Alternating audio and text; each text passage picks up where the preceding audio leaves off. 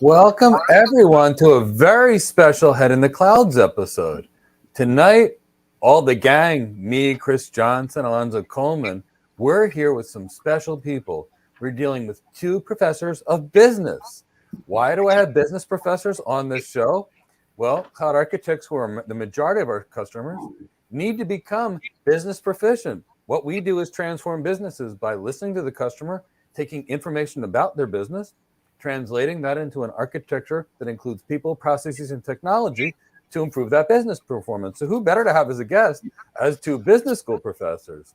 So we have Dr. Jamye Long and Dr. Cooper Johnson. Dr. Cooper Johnson, for all of you that know and love Chris as much as I do, this is actually his father, and he's been teaching and working in business for a long time now. He had a really great student, Jamye Long, that he thought was so wonderful that he hired her onto the university, and she worked with him. And we're so grateful to have her with us today. Actually, they also teach part-time as adjunct instructors in our Cloud Architect Career Development Program because we feel how important it is. How important is it? Well, right now I've got 4 MBAs working on it right now. I've got a person with a master's degree in economics who's an economics professor. And now we've got 2 PhDs helping to improve the business acumen, the communication skills, the leadership skills, and capabilities in our students. And that's why our students get cloud hired when everybody else is out there focused on certification. So some things that we're going to talk about today. I'll tell you about some free stuff, and we've got a lot of free stuff for you, and then we'll get into the meat of the show. So we'll talk about tech leadership development because these are leadership development courses and leadership development people. We'll talk about, I'm sure the questions will come up, and we'll provide some tech career guidance because I've been a tech career coach for as long as I can remember. Cloud architects, in order to do digital transformation, must have cloud architect business skills or solution architect skills, because these are critical cloud architect or solution architect skills. Now, when it comes to business acumen for IT professionals, why do you think we have business school professors over here? Or communication skills in tech, or tips to improve interpersonal skills? That's why we're here, to help you improve your interpersonal skills, soft skills in tech, leadership skills, to give you the most tech career success. So let's talk about some free stuff we have for you guys. And in the meantime, if you haven't liked the video, please like it. Please subscribe and hit the bell. And tell us where you're from in the chat box. I know I'm in Port St. Lucie, Florida. So on Thursday this week, we have our completely free How to Get Your First Cloud Architect Job webinar. And in this webinar, we'll have people come from all around the world. I'll tell you how to leverage your life experience to show the hiring manager that you do have experience, even if you transferred industries. I'll tell you exactly what hiring managers want in the perfect employee. I'll tell you the things that need to be on your resume, and I'll teach you how to bypass those pesky HR people. We love HR people, but they're pesky when it comes to getting a job when you have no experience, because they'll just auto-reject you. And really, you just need to plead your case to the hiring manager, and then you can apply for the job after the fact. That's how I've gotten all my jobs. So join us completely free on Thursday. Now, people keep asking about certification, so my team is doing some really special things.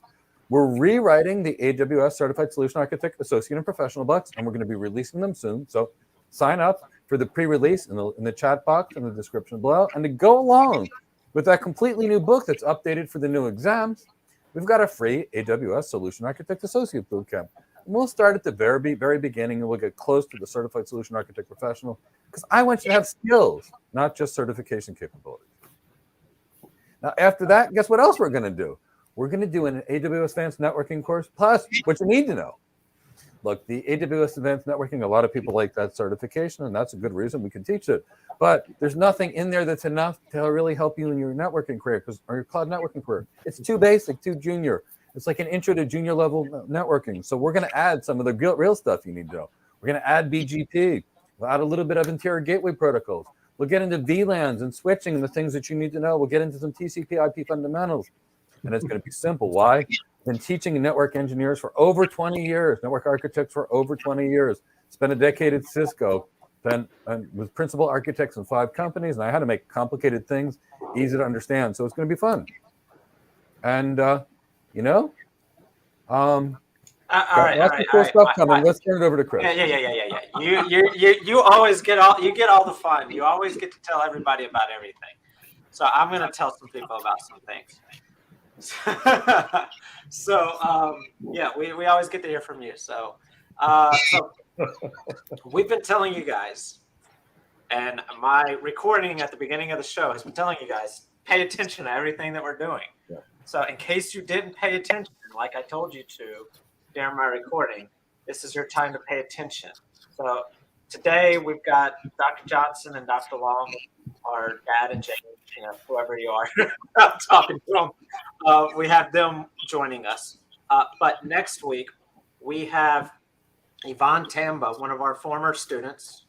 You're never not a student with us, but one of our former students who has been working with AWS as a partner solution architect. He's going to be coming back and talking with us next Tuesday to do what we call I guess we'll call it a career check-in.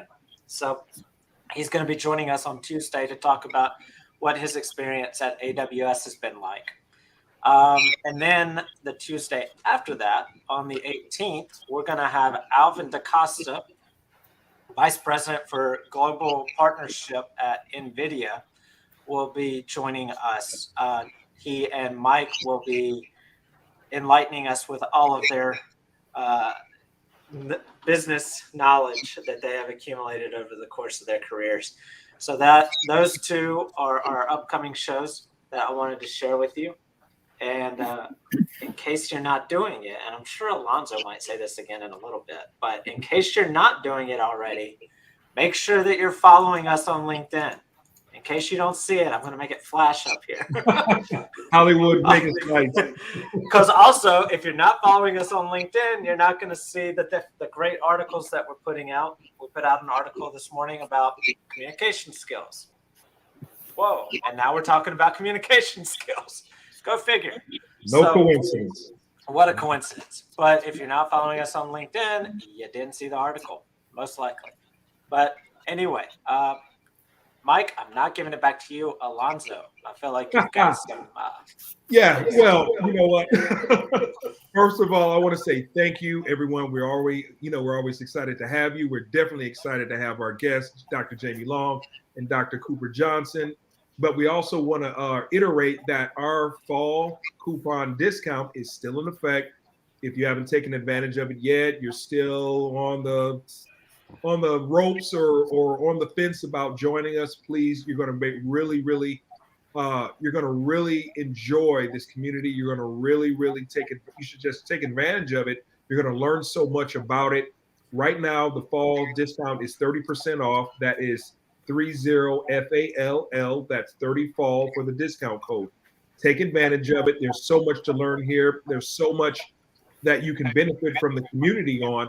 So we would love for you all to be a part of our community as students so that we can get you all cloud hired. Back to you, Mike. I think that's great. You guys took it and did a better job on these things than I would, because it's hard for me to talk about all these things we do. So thank you guys so much. So before we begin, I want to let you know why communication skills are so critical to me.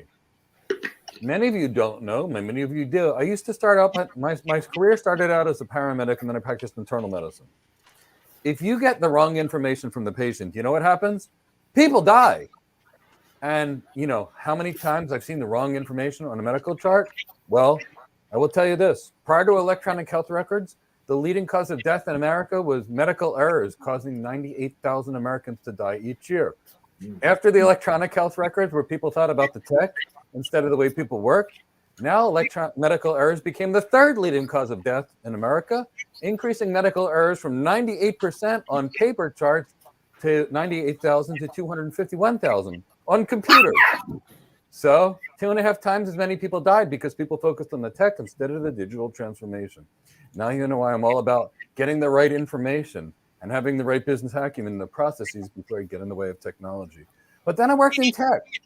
And I got to tell you, while working in tech, worked with a lot of people.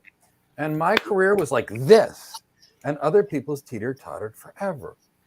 And look, part of it was because I was really focused on my career when my peers were focused on learning everybody else's job. So I was really good at mine by comparison because they were really good at everybody else's. But the remaining part was I just communicated differently. I got information. I was relaxed. And it's so important to getting hired as an architect. I got to tell you, you can't get the job without it. And I can tell you constantly, I interview people, they're tech people. And I ask them what something is, how it works, how to use it. And I can't understand a word they're saying. And I've been in this industry for 25 years. Now, the point is, people have to communicate to a C-level executive, like a CEO, why somebody should go buy their $1 billion solution. And if you don't have communication skills, unfortunately, we don't have jobs. So that's why communication skills are important. But guess what? How about your husband or your wife?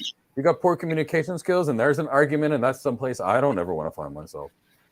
I get petrified in those situations. I don't need it. I want to keep happy, happy, happy. So there's that. It worked. You don't communicate and a project fails. So it's all about communication. So let's bring in the communication professors to talk about things, share some things, share their perspective. You guys hear from me a lot. I bet, and we haven't planned it ahead of time, I bet we sound pretty similar, both Dr. Johnson and Dr. Long. And there's a reason for that. We're all making people successful throughout the world. So we'll open the floor to you guys.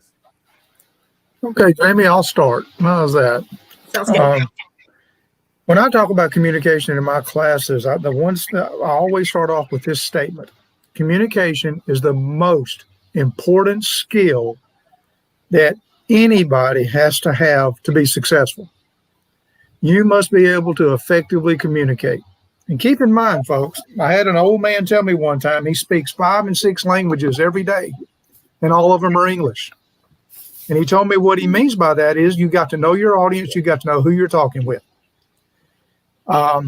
This is a tech-oriented company that Jamie and I are talking to tonight, and all of you folks are probably tech-oriented. But you need to keep in mind one important thing. You need to be able to communicate with people outside of technology. You need to be able to talk to the people in marketing when you want to sell your product. You need to be able to talk to the finance people and the accounting people when you need funding and budgets and so forth. You can't just put yourself in a little room and do technology. You've got to be able to communicate with many, many, many different folks. You got to talk to the HR people. I know we mentioned them earlier. I don't really care for them either. I look at them as staff, and that's about it. So we won't get into that discussion. I'm sure Dr. Long could fill you with stories of what I say about them. When you're doing production, I'm sure that when people make computers or components or whatever it is, they're diagram different things. They got to talk to so many different people. Get away from the jargon. Keep it simple. Keep it calm, collected, simple. Get the point across. You're not there to impress people with big words. You're there to get a message across, get the job done, make money. And I'll let Jamie add to it if she'd like to. Dr. Johnson is right. We really do emphasize the importance of communication in all our classes, but Mike's also right. You have to be able to communicate outside of your job. You have to be able to communicate with everybody that's around you, everybody you interact with. It's everything from when you have an issue and you have to call customer service and you're trying to explain to them what you have going on and what they can do to help you.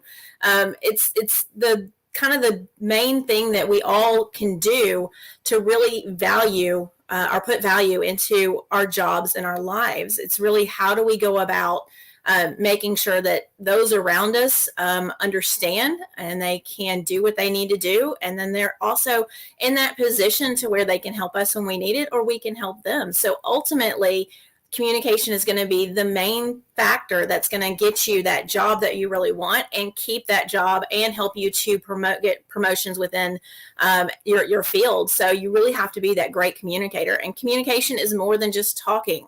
Communication is that ability to get that message across. So sometimes you're talking to somebody, but sometimes you're doing nonverbal cues. You might be letting someone know exactly what's going on, but not even verbalizing it. And you're just sending a message. But you also might have something like writing skills that you need to work on. So you have to kind of have an array of the way in which you can communicate and how you can do that effectively. Ultimately, those who can communicate are going to be the ones that those hiring people are going to be looking towards, and they're going to want to work with people that can communicate with them and work with other people around them. So it's that kind of fine balance between that personality that you have and your skills and then how you communicate. That's really just critical in getting that job, keeping that job, and being successful. Talk about, we'll get to the data from Harvard. 55% of communication is what you look like when you say something. 38% is what you sound like when you say something. And 7% is the actual content. And there are people advising people, turn your camera off in a Zoom meeting. Well, you just handicapped more than 50% of your communication. So now when the employers think about who do they lay off, They lay off the people they don't like as much or are less effective in their jobs. If you intentionally make yourself a poor communicator, well, that's going to hurt you. But yes, gestures, graphs, charts, listening to what the person tells you. Am I a visual person, auditory, kinesthetic? Are they a functional person, an analytical person, or a visionary person and speaking their language? I mean, yeah, I learned very early on in my previous career the importance of nonverbal communication. I was in a situation where my direct superior, aka the owner of the company, unfortunately didn't have the right solution, and I rolled my eyes and didn't even realize that I rolled my eyes. And everyone else in the meeting, I could hear them, like I could hear the belly drop out from everybody when I did it. And I was like, oh my God, I just did that. And at that point, and Mike knows I may not always be the best, but since that point, I have tried very hard to keep my nonverbal communication in line. I'm a very expressive person by nature. As you can see, I'm smiling, I'm bouncing all over the place. But that was a very harsh lesson to learn. The one person that you do not roll your eyes at is the owner or the CEO or the president of your company.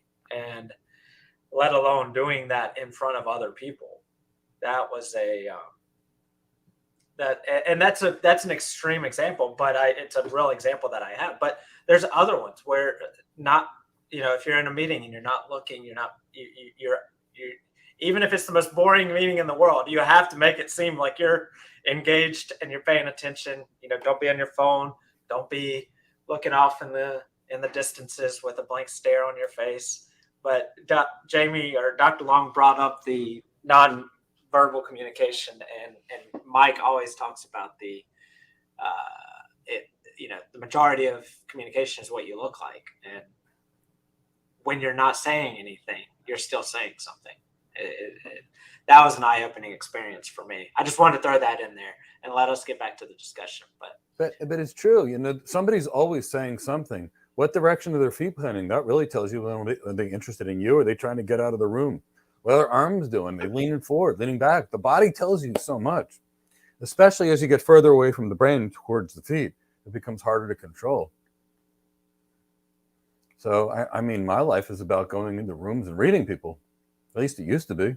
Presenting big architectures and knowing when you're communicating in the body language signals, I don't get it. Change your tactic, communicate it in a different way. One thing that I like to do when I'm communicating with people, I'll ask questions to them. I'll ask them, do you understand what I'm wanting from you? Do you have questions? And then if you turn that on the flip side too, when you're going up that corporate ladder, you're going to have someone above you saying, I want you to do this project, that project, and here's what I want done. There's times when you might not, you might think you know what they want. It's better that you make sure, ask, and if you're shy, if you have a problem doing that, this is what I recommend to my students. And I tell you what, I do this and they about burn my email up. I'll tell them what I want to do. And then I'll suggest to them, after a while, go back, think about it, send me an email. Don't send me a book, send me a brief email and saying, hey, Doc, this is what I understand you want from me. These are the requirements, this is that, and so forth. And folks, think about this. I call that the CYA, and everybody knows what that means. Yep. At least in Mississippi we do. CYA. Usually if I send something to Mike and I say, this is what I think you want me to do, and I leave something out, he's going to be quick to say, hey, wait a minute. We also need to do A, B, and C. Folks, think about the amount of time that's going to save you. Your time, money, effort for the company, plus you don't get the boss aggravated. All right. So ask questions, ask for feedback from both sides, whether you're the leader or whether you're the follower. Okay. A good boss will appreciate that.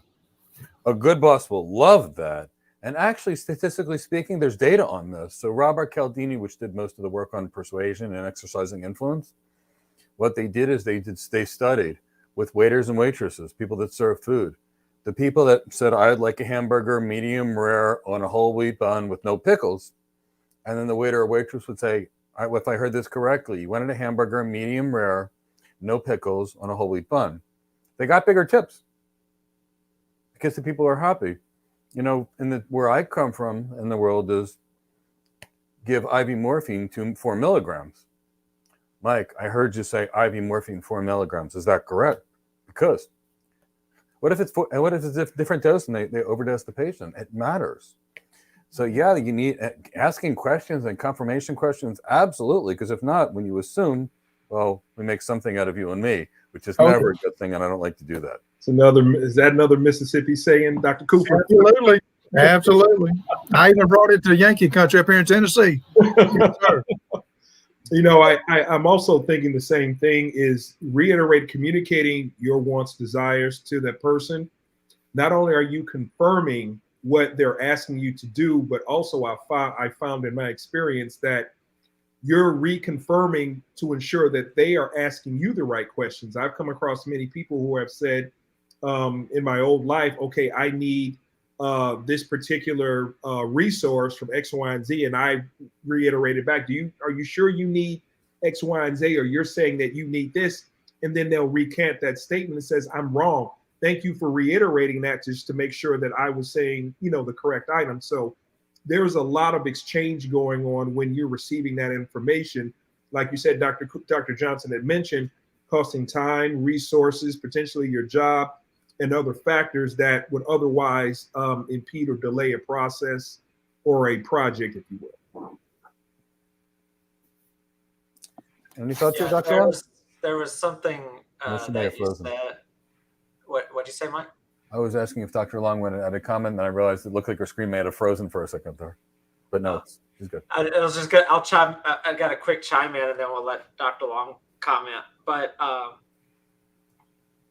you said something, Dr. J, that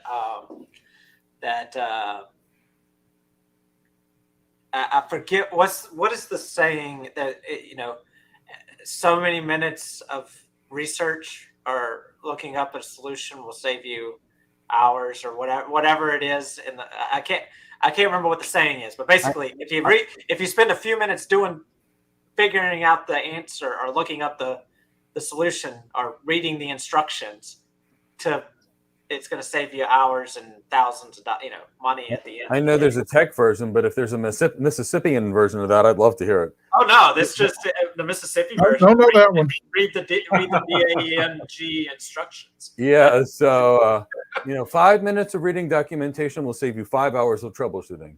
And trust me, I've seen people that didn't spend the 10 minutes reading documentation that caused a 2-week levels of debugging. Yeah. And instead of reading the directions, they were going to chat boxes and forums of all non-experts doing it. We actually had someone we were trying to actually present something, and in the chat box, someone asked a question, and they got a response back from someone that was still in high school. And they were asking for more. How about more information on this? How about more information? And I said, did you know what the person's background was? Did you ask who they were? Have they ever had the job for which you're asking them for advice? And the answer was no. But, communication is critical. Who's your audience? What do they have to say? Right. Who's your audience and who's your source? Who's your source? Yes. Yeah. But let's see, Dr. Long, do you have anything to add to the conversation? Absolutely. I know you. Alonzo mentioned just that aspect of paying attention and making sure you understand what's going on. And then also there's a noise factor. That's what we refer to it as, is anything that would distract you from the message being sent or the message being received. And so you have to understand what noise doesn't always mean something that is like an alarm that's going to go off in your background or lawnmowers or anything of that nature. It's literally anything that can distract you. So you daydreaming is considered noise.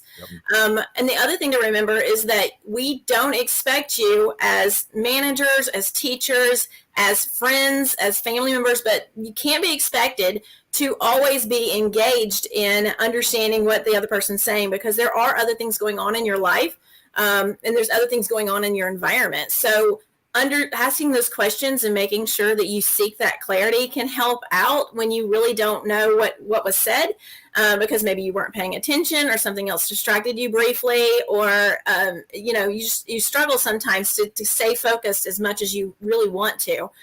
So going back and going, okay, maybe I need to revisit what was just said to make sure I understand what's going on. That's critical. And it shows that you're an active listener and that you're participating in that conversation or in that dialogue, whatever it is, when you do ask questions. So to be that active listener, to be that person that is trying to be a successful communicator, those questions are incredibly important for the feedback that they give, for the clarity that they offer, really just making sure that we all understand and are all on the same page. So that when we move forward, we're not wasting our time, we're not wasting our energy, we're not wasting other people's expertise, their time, their energy. We want to be as efficient and effective as we can, and communication will facilitate all of that happening. Absolutely. Absolutely. So, I mean, it's just so critical. We got to know our audience, their credibility, their level of knowledge, the language that they speak. And, I go to the visual, auditory, and kinesthetic because I've got a bit of a background in neuro-linguistic programming, but also at the same time, I live in Florida, and I like to go to the beach. And if I say, dear, let's go to the beach, the ocean is beautiful and it's shiny, she looks at me and she says, no, thank you. And if I say, listen to the sound of the birds, she says, yeah, almost, but no. And if I say, the sun is so soft today, because she's a kinesthetic person, the sun feels so warm. Imagine how good you're going to feel. I'll buy you this dinner. When we get there, you're going to feel great. Okay. Because I'm communicating in her kinesthetic language. And, she tried to tell me about the feeling of the sand. I'd be like, okay. Tell me what that beach looks like. Oh, yeah. Tell me what the birds sound like. I'm all kinds of interested. The sound of the ocean. Yeah. How the sand feels? Well, I'm going to be in the water anyway, not feeling the sand anyway. But it's that, yeah, I love that point. So but let's get to the listening concept and the noise concept that Dr. Long had mentioned. The what? No, what? I didn't. Yeah, exactly. The listening and the noise. So it's really weird. So Chris decided that our 5-minute introductory video was too long because people weren't watching it, and I was thinking, 5 minutes.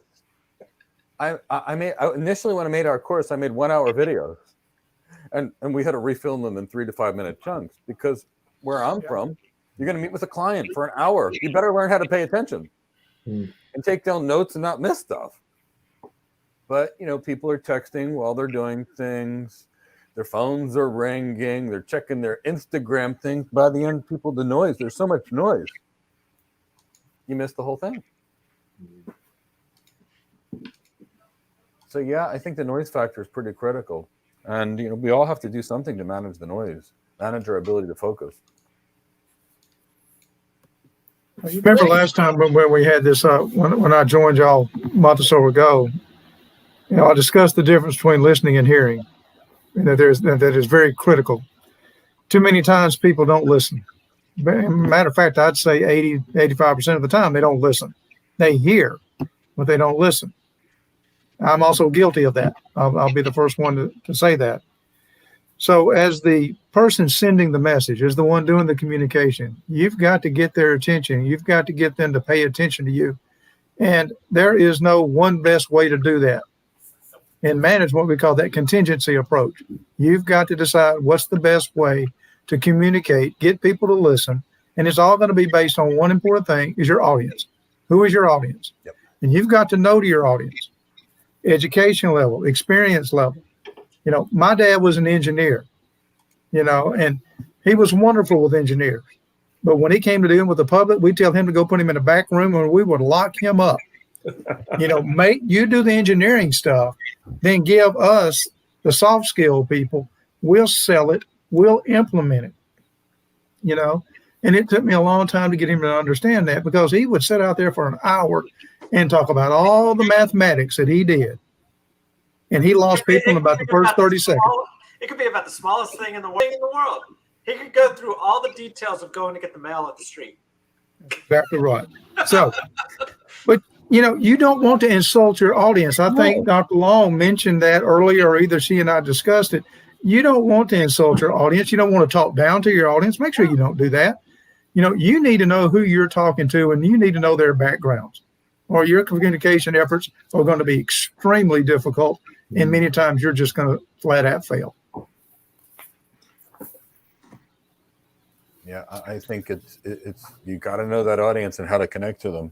And I've seen, literally speaking, engineers escorted out of buildings by their manager and out of security in the meeting because they were brought into the CXO level leader, CIO, CTO, CTO, because they had an area of expertise. And out of nowhere came all the tech dribble out there when somebody asked a real question like, is this going to work? The answer was, yeah, this is going to work. It should work, 99.999% of the time, which is about all but not 5 minutes of downtime per year. And we're going to ensure that we can do everything by using this, and this. But it wasn't that. It was all the nitty gritty that, the whole room mentally checked out. And, I train a lot of engineers to become architects. And I love engineers. The reason I love them is we got nothing without them, at least in my world. We architects design it, present it, and sell it. But it's PowerPoint ware. It's pretty documents. And then those engineers bring it to life. They're the magic people. So I love engineers. But, I retrain engineers on communication skills to the architects. And architects, I'm like, no, you've got to focus on these and these. It's about having the right skills for the job, having the right communication for the right audience. Who is your audience? So, sorry, go ahead. Many of you have probably been in situations where you've been in meetings and they come in with a PowerPoint and they put PowerPoints up on the board or up on the screen. And the whole page is just filled with everything that they're going to say. I tell my students, you lose your audience in about the first slide. You should just put on that PowerPoint just what I call reminders for yourself. You look up, you see the keywords, then you talk. And if not, they're going to be looking and trying to write everything down that's on that PowerPoint and not listen to one thing you're going to say. And I think Jamie's had that problem before. She can probably talk more about it because I kind of get my grumpy underwear on when it happens, and I just pretty much check out. I do. So I'll let Dr. Long add to that because she's been there.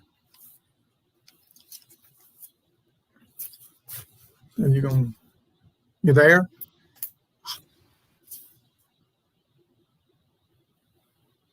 I believe you're muted. I'm muting it. I think Chris and I are fighting over whether or not I get to talk, to be honest. There's that technology, Dr. Long. There you go. Failure of communication. There you go. Failure of communication. Exactly.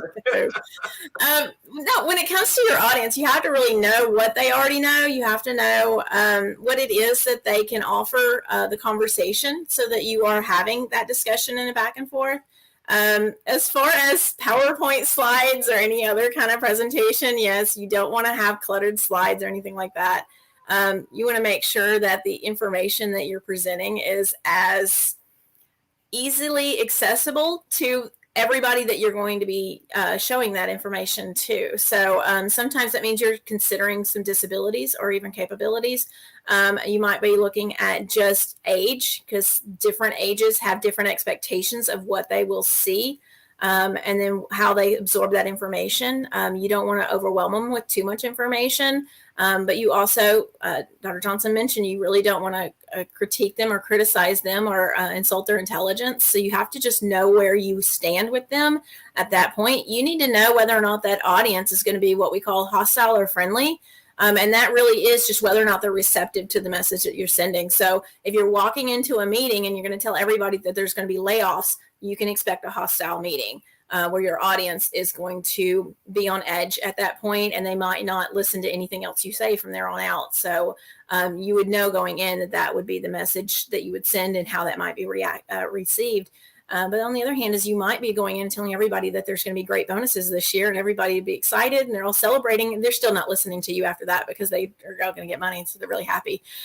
So you have to be aware of exactly where you lay in that whole process and then how you can go about sharing that information and making sure your audience is willing, acceptable of that information, how they listen, how they absorb information, all of that's very key and critical. But one of the aspects of communication that we have to remember is there's a key word that's been out there for as long as we've been in business, and that's diversity. And it's that idea of we want a lot of backgrounds. We want a lot of people to bring new ideas to our organizations that are going to help us be successful, their new experiences, things like that. But the more diverse your audience is, the communication can get harder. Being successful as a communicator when you understand that the audience you're speaking with have different backgrounds. And it could be that they're all from the same country and they all speak the same language, but the way that you need to present it to them still is different based on their personality quirks, based on their heritage, maybe where they came from, things like that. But when you get a true diverse workforce, when you get a true diverse, maybe just work team, you're looking at people with different cultural backgrounds as well and understanding what's valuable to them. The way that you say things, it might have the exact same wording might have different meanings to different people. So you have to be aware of that audience and how you can go about giving them the information that you need them to have in a way that they're really going to understand it and be willing to accept it in a way that's going to be most beneficial for the entire organization or for the work team, or even if it's just your family. Talking to your family can be the hardest thing in the whole wide world because you have way too much background sometimes. It's great when you're playing charades. It's not necessarily great when you're trying to have a conversation and 60 people want to talk at the same time because we all know something different and we're trying to bring it to the table at the same time. So you just have to know that audience and really what can you do to facilitate that communication as best as you can. Yeah, I think that's so critical because if you're ever going to get anything good, you need a diverse team. I picture like some of the best inventions, like, for example, the mouse and the graphical operating system that an American company just managed to give away to the company. And this company also gave away Ethernet. So basically they gave away, trillions of dollars worth of business. And I picture them as people that all went to the same college, all lived in the same community, all went to the same country club. Effectively, they were the same person. I want somebody from Mississippi. I want someone from Greece. I want somebody from Africa, living in Africa. I don't care. I want someone South America. I want some people in Asia. I want us to have different educations, different backgrounds. That's why I love Chris's background in hotels. Mine's from medicine. Elonzo had a marketing background before I checked. So, I like that because we all think differently. We need people from a wide variety of places that all think differently, went to different schools. When I hear safe spaces in universities, it terrifies me. Because if you create an environment where you're not allowed to have differences of opinion, how's that person going to work in the real world when they're going to be with people that speak different languages, have different opinions, have different perspectives, have different education, have different experiences? How can it work if the schools are teaching people not to talk to each other? Cooper, you're an educator. I know they don't do that where you exist, but is that a scary thing? Not allowing people to see perspectives of people that are different than them? Well, I'll tell you what, if you I listened in the news, I can't remember what university it was, that there was a group of people that they was having a conference, I believe, on race relations, and they excluded whites. No white was allowed to go to the conversation about race relations. And either I missed something, which I don't usually watch the news a lot nowadays because even when I do, I'm still misinformed. But and I'm going, really, you talk one thing one day, then you talk about it a different way the next day. Where do you really stand? And I'd like to, if you don't mind, I'd like to go back. I think Jamie brought up something called noise and communication. There's some barriers to communication. She made a good point that it's not necessarily a lawnmower running outside the window or daydreaming is one thing. But you got a few other things you need to keep in mind as you're moving up that corporate ladder, as you're trying to get that new job and you're wanting to talk to people. And then even when you get leadership positions, when you're talking to your subordinates, watch out for stereotypes. Be careful. Some people automatically, they communicate differently to different people, like age, gender, race, disabilities. For some reason they talk to them differently, cultures, religion. Those things pop up all the time. Egos. Some people have a lot of pride. Then you get down to where they have they're arrogant. One thing you don't want to do is come across as being arrogant in your conversations with people. You're trying to get these people to come on board with what you're wanting to get done. So you need to be very careful of those types of things. So, and also back to listening. That's the key point to me is you've got to listen, pay attention. Okay. And nobody's perfect. Dr. Long has called me out many times when she'll say, Dr. Johnson, you're not listening to the dean. And I'm going, yeah, you're right. And then she tells me to be quiet after that because she knows what's coming next. But are you trustworthy? Do you come across as being trustworthy? If you are not seen as being a trustful person, okay, I don't care if you're the new guy on the block, you got your first, okay, I'm probably going to mess this up, but architecture job, you got your first one, and you're not seen as trustworthy, you're not going to last long. It doesn't matter to me what area, what job you got. Number one, they're going to come across and say, well, we can't trust them. We're surely not going to promote them. We're surely not going to invest in them. No, we're going to do our best probably to help them take their skills and abilities somewhere else and let somebody else have them. So those are just a few things, other things that you got to keep in mind. Daydreaming is important and not paying attention a little bit. But understand, there are still people out there that have stereotypes.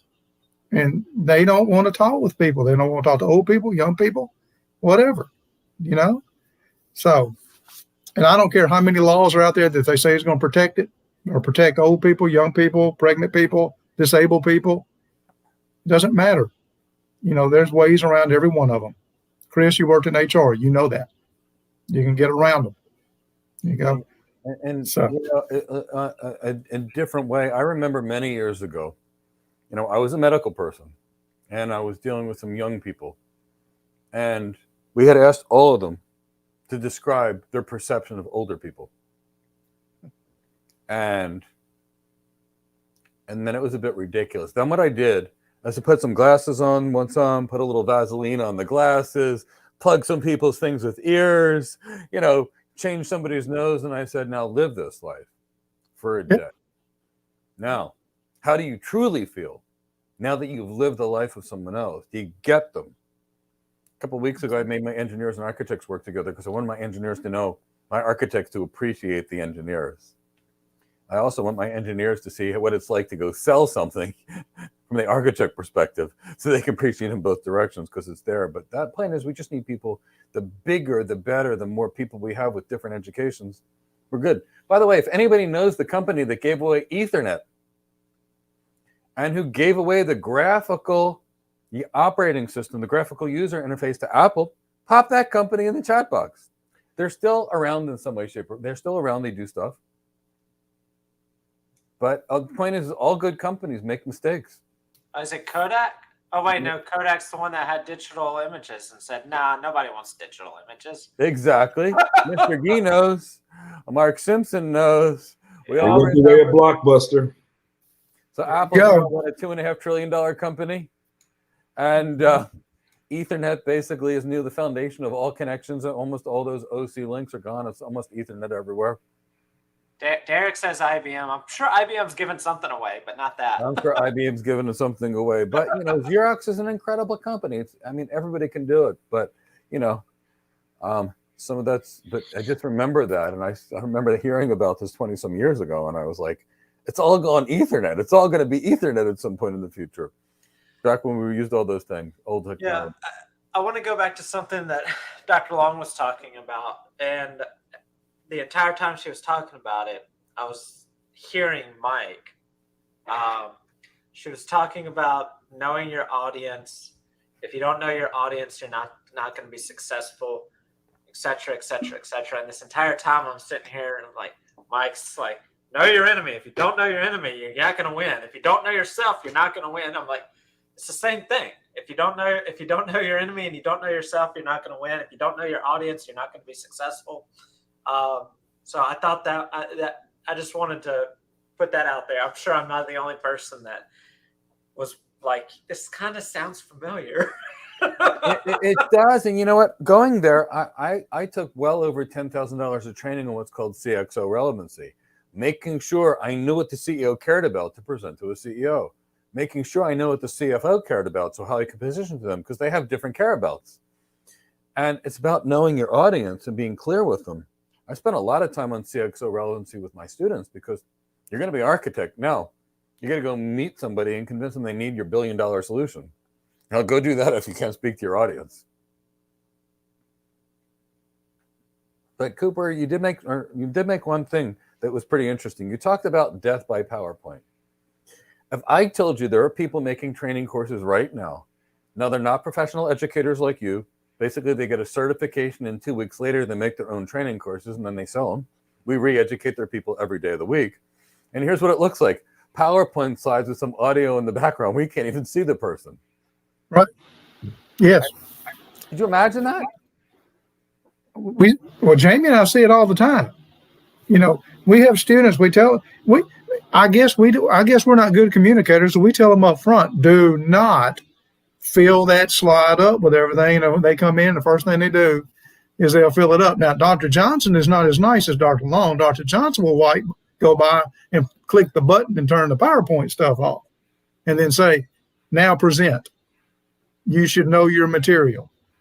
And they just all get that deer in the headlight look, But if you're going to sit there and bore me with a PowerPoint, my question is this: why don't you just email it to me? I can read it. If I got questions, I'll send you a question. But why should I spend an hour and a half, 2 or 3 days a week getting that certification that Mike is talking about? I'm not a believer. I've never been a believer in certifications. When the universities come up with those ideas, they say, oh, we'll take 3 classes and we'll call them certified.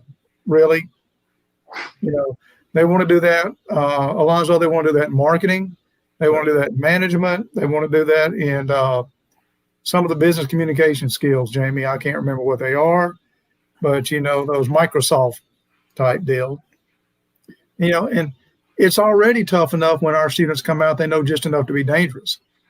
Think about it when you give them a certification, they really think they know everything. Unfortunately, in our world, you know how bad it is? People are getting certifications in 10 different careers as if they think it's going to help them in their career. And actually, there's literally certification providers. I feel so bad for their customers. In fact, that's why I came out of retirement, so nobody could take that and be stuck years later and never get hired. They're literally telling people, learn this career, learn this career, learn this career, learn this career, learn this career. And I interview them all the time. And you know what happens? They don't know their job at all, but they don't really know anybody's job because they're spread so thin, their energy is so divided. And it's really like, if you want to learn how to design a building, don't hand someone a screwdriver and a hammer. Teach them about building materials and physics. We create architects. They design things. We train them in design. Everybody else is training them on how to build. And I'm like, yeah, but that doesn't teach you what you need to know. And then they have a certification, which is somebody else's job. The only certification that I ever liked there was something called the Cisco Certified Internet Expert that used to exist. It still exists, but it's a much easier exam. It used to be a 2-day exam. You had to read about 75,000 pages of reading to understand the underlying technology. And then they would give you a scenario, and it was designed not to work. It was designed to be so broken that you had to read those 75,000 pages and remember all 75,000 pages. And basically millions of people attempted it and thousands had passed at the time. And it was go build this thing. And then they had it 2 days. The second day, basically 10% of the people were left because they passed the first day. And then they'd ask you to build some other crazy thing. And then you'd go to lunch. And if you passed so far, they would break it for you to see if you could fix it, to make sure you couldn't cheat by getting a copy of the exam. I remember when I passed that. In fact, it was on May 17th, 2001, when I passed that exam. That certification mattered. Now, I had 7 certifications before that. I memorized questions and answers for that. They were meaningless and completely irrelevant. No player cared about it either, but that one worked. But to be fair, I spent $40,000 in the training to be able to pass that certification. Yeah. And spent 1,000 hours plus working on it. So for that, I felt like there was value. But I haven't seen a certification since then that was worth anything. Elonzo is a great program manager. So back to what started the conversation, the PowerPoints. I don't remember exactly what it was, but I remember when I was in college. And for those of you that don't know, I went to college where Dr. Long and Dr. Johnson teach. And Dr. Long was my advisor, and Dr. Johnson was the chair of the department. So I did not have it easy. And I don't remember specifically, but I know during that time, somehow somebody got it through my head that PowerPoints were useless. And I eventually associated the overuse of PowerPoints with lack of confidence and lack of understanding. Like if you fill your PowerPoints like with 12-point font worth of content through the whole PowerPoint, which majority of people do, to me, that conveys that you're not confident in what you're talking about, or you don't know it at all, and you're having to use that PowerPoint as a crutch for your entire for whatever it is that you're presenting. I don't know who that was that gave me that, and that might have just been something I picked up on my own, but I distinctly remember that having that realization in college. Also, I think obviously I didn't start using PowerPoint until I got to college, but anyway. So do you have anything to share about PowerPoints, Dr. Long? Maybe I do. I took care of that. When it comes to PowerPoints, you wouldn't want to be in a presentation watching somebody that bores you or that tries to overwhelm you. So I don't know why we get on the other side of it where we create something that we wouldn't even want to sit through. Yeah. And so that becomes that's really that hang up on PowerPoint, is that people use it, like you said, as a crutch, but they also use it as a way to bore their audience without knowing it, and to frustrate their audience. So if you're going to use something like that, some kind of visual presentation, then make sure that it's dynamic, it's entertaining in some way, that it's something that people want to be a part of, that they're interested in. You don't always have to use all the fancy, tech with it if you don't want to, but make it something that you would want to sit through. And then it should be more of a conversation. That's why TED Talks were so popular, is because they came across as more of a conversation, not as a lecture. And all of us sat through lectures at some point in our lives, and we disengaged with whatever we were supposed to be learning or whatever we were supposed to be gaining from it. And a lot of that is the person that's speaking and how they're interacting with that audience, and then the design of that communication that they're sending. So if you're going to use PowerPoint, make sure it comes across as something that is more on that entertainment factor, something that would grab people's attention and keep that attention, but it's valuable to them.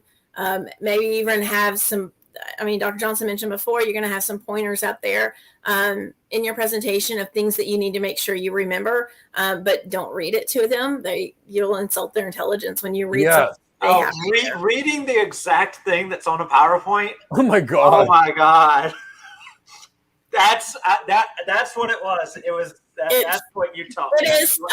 Tone and inflection make a difference. So when you're talking and you're just talking with your friends, you use a lot of, you change your tone, you use a different inflection to emphasize words and things like that. So that monotone attitude, monotone speaking voice, it's frustrating, I guess is the nice way of saying that. It's really just boring, and no one wants to be a part of that. So if you're combining all of I'm going to use PowerPoint, put as much wording on there in as small a font as I can, I'm going to crowd the screen up as much as I can, and then I'm going to read you every single word in a monotone, you're just going to lose your audience right there. Well, they're not interested at all. Totally. I have a 500 slide presentation that I use. On it, there's basically 3 words per line to cue myself. It's hidden, so nobody sees it. And then when I need something, it's got Elonzo's whiz-bang graphics, because Elonzo's been in professional graphics and marketing along with tech and program management for decades, and he did it for big banks and big insurance companies. So yeah, I got a cool photo, or Chris brings up a photo of Cindy or Sunny the cat, add some fun in there. We do a whiteboard, and then it's gone. But yeah, here's my other favorite. When you see the PowerPoint and a ball that bounces from word to word. Oh my God. Oh yeah. Like karaoke. Like karaoke, Yeah. exactly. Well, I think it all goes back, and this is just my thought and my perception. It all goes back to your confidence in whatever it is that you're presenting or talking about, your understanding and knowledge of it. If you even to the tone and inflection, because if you're not confident in it and you don't actually know what you're talking about, you're thinking too much to be able to think about tone and inflection. You're thinking like you have to focus on, okay, I don't know this. I got to make sure I get this exactly right. I got to get this exactly right, instead of being able to add that sauce, that extra spice to the conversation. Again, if you can't worry about tone and inflection if you don't know what you're talking about, and that's where obviously there are some people that are naturally boring speakers and naturally dull speakers, but if you're confident in whatever it is you're talking about, it makes it easier for you to be able to not be monotone and dull. What are your thoughts about that, anyone? Keep one thing in mind. What I tell a lot of people: when you give a presentation, you know that information better than anybody else in that room. So, I know when I give presentations, if someone's asked me a question, I'm pretty much telling what slide it's on or where it is in the textbook, because I know the information. That's where the confidence comes from. You should have the confidence to know that you know what you're talking about. Now, you take it back to, I believe Dr. Long said just a few minutes ago, nice little pictures or graphics and everything. It has taken her years to get me to put those on my PowerPoint. I was the black and white. Here it is, got 4 or 5 lines. Here we go. And when we go to professional conferences, she finally just says, I'm doing the PowerPoint. You can present it, but I'm putting it together. Because you've got, but you know what that is? That's when you realize what your skills are and what someone else's skills are. And as a team, you come together and you succeed. Okay. So she still struggles with that with me every time. I'll say, I don't, because I'm used to seeing the ones, I think, who mentioned the bouncing balls? I don't know. Or the cars zooming across there. I'm going, really? This is not 5th grade. I don't need that. So again, know your audience. If I'm going to talk to a bunch of 5th graders, yes, I'll do that. But if I'm talking to professionals that I'm trying to make an impression with, that I'm trying to either get hired or, get funding, then I'm going to make it look professional. We're going to do it the right way. And the key is something you said there, Dr. Johnson, is so critical. If you're giving the presentation, you're the expert. You know it better than anybody else. If you're a real expert, you don't need to read off your slides. Yeah. If somebody's reading off their slides, it's because they're the 7X or 8X certified person that doesn't even know what they don't know. And that's why they're reading on their slides. Develop the skills. Don't be lazy about it. Get good skills. Master what's in that presentation. The whole point of a presentation, it was Jerry Weissman. Get your people from point A to point B. And if you've got to take them on that journey, you have to understand your audience. You have to understand what their needs are, as well as the level of communication and who they are. And you've got to build a compelling argument, which means you've got to provide factual information in a manner that shows your points. And it was clear, but you can't, they never talk about reading on slides. Now, sure, they talk about how to format slides to augment your presentation as a visual thing, how to add audio elements too. I love that. But if somebody has to read on from their slides, they should just not be presenting in the first place, as far as I'm concerned. Leave that to someone that is a real expert.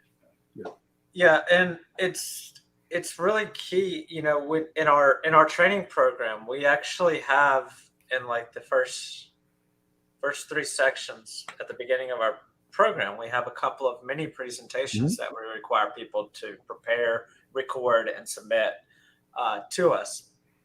And so that one of them is a tech presentation. And it could be any technology, like any tech that you're familiar with. It could be the technology of headphones for all we care, or the technology of how the typewriter works that nobody uses anymore except lawyers. And, I love typewriters. And you. But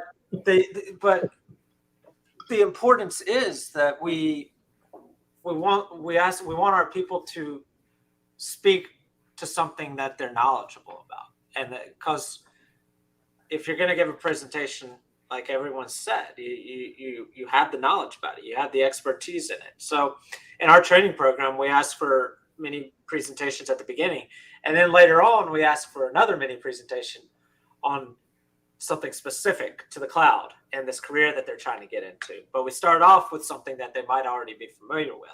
Yep. Because it's important that whatever it is that you're presenting is something that you're knowledgeable about. Speaking of typewriters, there's this meme on Facebook that people share about, remember taking typewriting class in the 1980s? I sure do. But my dad knows that I took typewriting in 2004. We still had typewriting at so I had typewriting in third or fourth period. And then I had in sixth period, I had keyboarding on computer. That's what they call I had typewriting first and then keyboarding. And here's what we did. Yeah. We booted up the computer on a 5 1/4 floppy inch disk. And then we'd take that out. We'd save our document with another disk, which is another 5 1/4 floppy. And those things, boy, they didn't hold much of anything, but nothing. But yeah, so just mentioning typewriter made me think about that. It's like apparently the majority of people did not take typewriting in 2004. No, I didn't do mine in 2004. I did it a lot before that. Yeah. Look, I remember the Radio Shack TRS-80 when I got 64 bytes of memory. Man, I didn't know. I thought I'd died, gone to heaven. I remember when you and Mom were moving. I remember coming across in the study. I think I came across a laptop that you literally had to lock the hard drive in place. That blew my mind. I was like, "What? What is this? Like, I have to turn these screws." But and Mike, if you don't mind, while we're talking about presentations, it brought up something that I like to talk about with a lot of folks. When the most important presentation that I believe that any person will ever do, and I think just to piggyback off of what Mike does when he's talking about interviewing, is the most important presentation or the most important thing anyone will ever sell is themselves. Yes. So you've got to be prepared when you walk into an interview to be able to present yourself. You are the product, you are the service, whatever you want to look at yourself as, you've got to sell yourself. And you can't be going around going, and all that kind of good stuff. You've got to be able to answer those questions confidently, succinctly, get to the point, tell them what they need to hear. I always talk about marketing. Elonzo, I had a marketing degree, undergraduate and everything. I had a professor that says marketing is defined as a license to lie. Okay. He wrote the book. But anyway, I'll always remember that. I won't tell you any of the other stories that I've shared with Dr. Long. But anyway, I'm not saying a lie about yourself. All I'm saying is you've got to be, you got about 3 to 4 minutes, in my opinion, to sell yourself. After the first 3 or 4 minutes, if you haven't made that impression, sometimes they'll even tell you it's time to go home. Yeah. So, you have 3 minutes. That's not a consecutive 3 to 4 minutes. Yeah. Pardon me? The key to that is not a consecutive 3 to 4 minutes either. No. It's little chunks. You get 30 seconds to answer this one. You get 30 seconds to answer that one. Yeah. After the first 3 or 4 questions, at that point, they've already formed an opinion. Yeah. I have a lot of people that tell me, say that is not communication. I'm going, you've lost your mind. Yep. That is communication. If you cannot communicate about yourself and your abilities and your skills and what you have to offer that company, then you've already failed. You might as well go to McDonald's or Hardee's, or we're building an Arby's now. We're getting excited here. So, you might as well go and head on down that way and everything. But, when I hear the word communication, I'm not just talking about writing, texting, emailing. All of these go in together to make you a successful person, and you've got to know when to use the right communication technique and how to use it to sell yourself.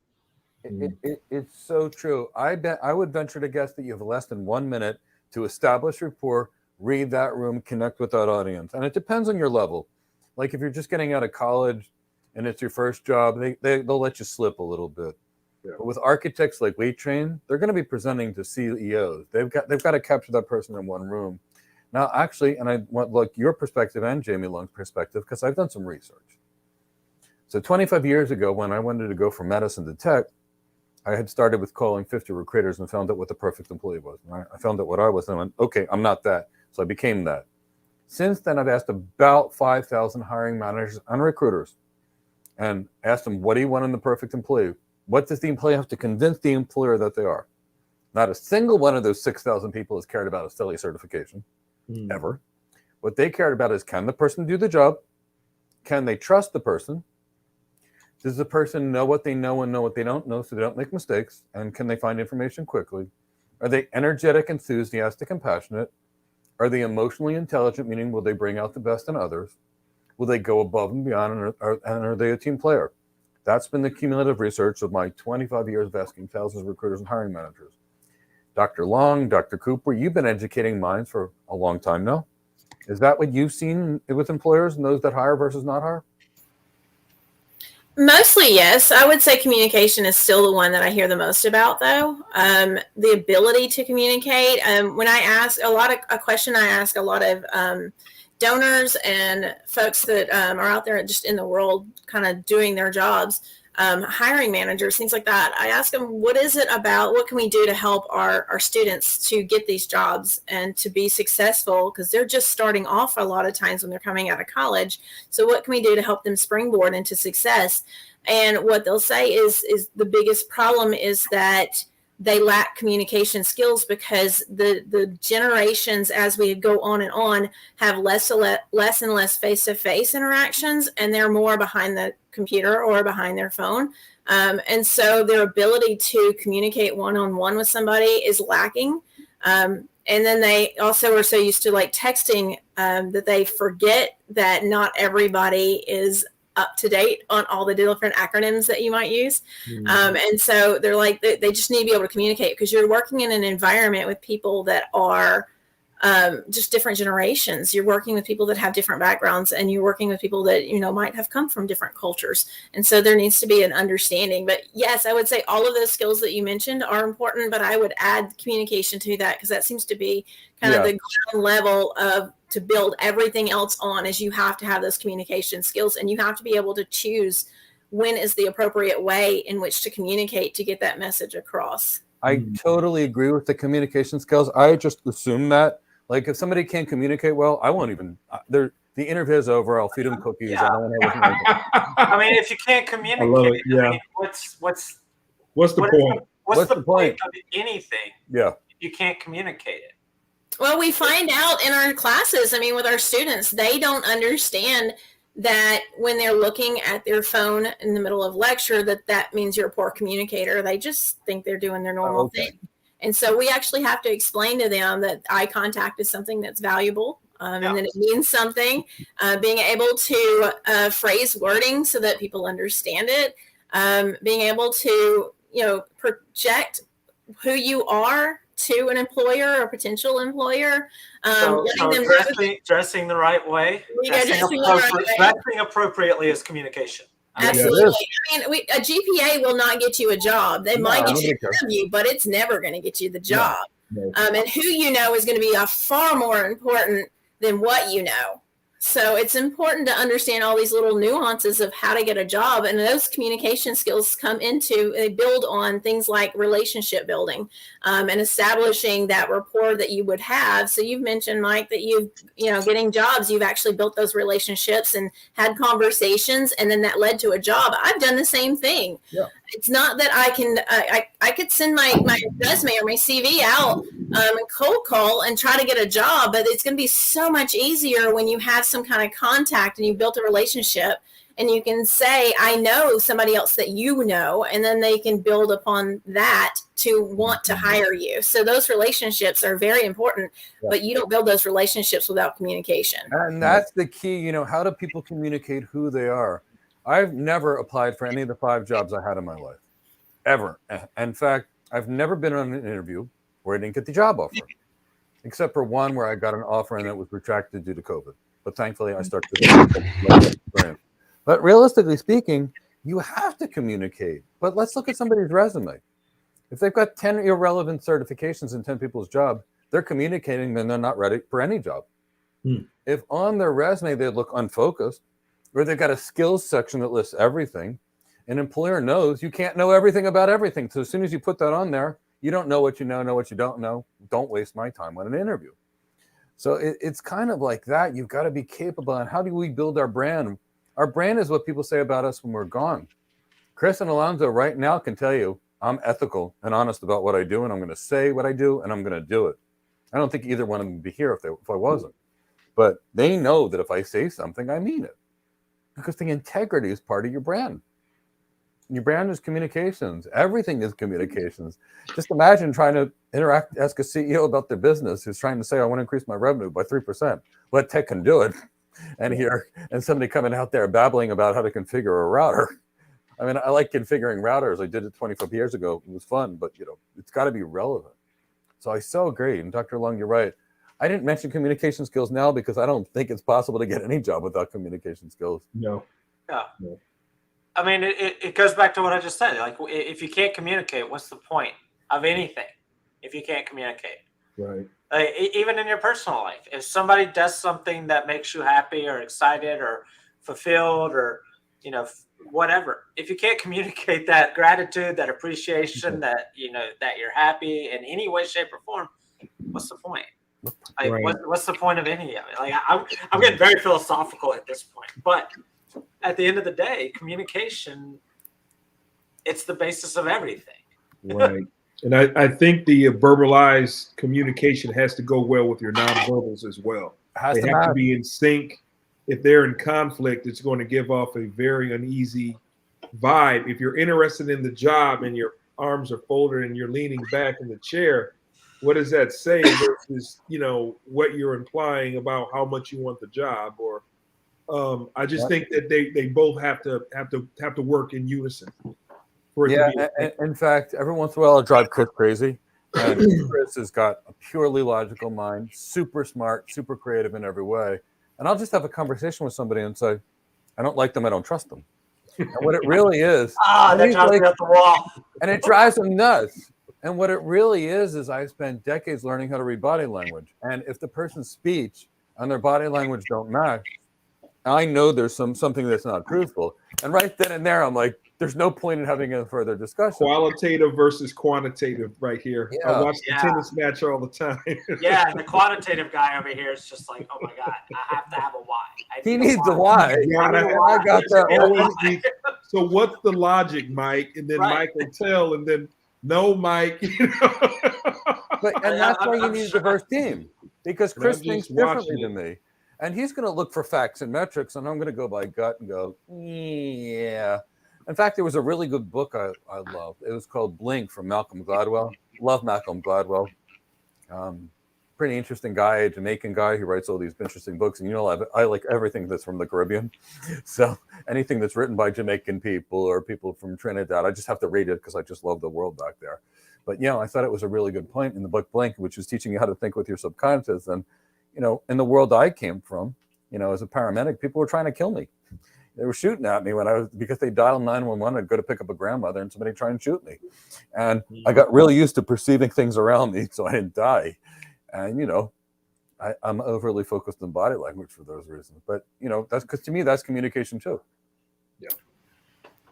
Some of the best communicators out there that do have that conflict of your nonverbal skills, body language, things like that, and what you're saying are comedians. They do a fantastic job of leading you in one direction with what they're saying, and then, of course, leading you in a different direction all of a sudden with their body language. And that's what we find the humor in it, is a lot that there's that conflict there. So it really is the way in which you present information, whether or not you're going to be trustworthy or not trustworthy, or maybe you're funny or not funny, those kind of things.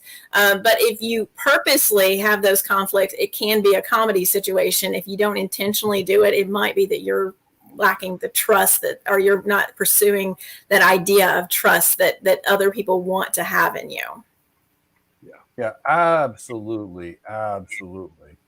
And, this year we've got, and I see the question coming up in there, We've gotten waiters hired by AWS, college students hired by EdBS, and I want to go to the question. We've gotten mental health techs hired by JP Morgan Chase, high school dropouts hired as cloud architects. And here's the thing. When they came to us, they didn't have good communication skills.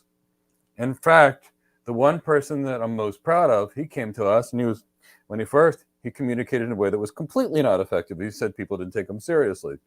And I had some talks with him, and he came on our show, brand new apartment, 2 beautiful new kittens. I'm so proud of him, and he communicated like an executive with an MBA and 30 years experience.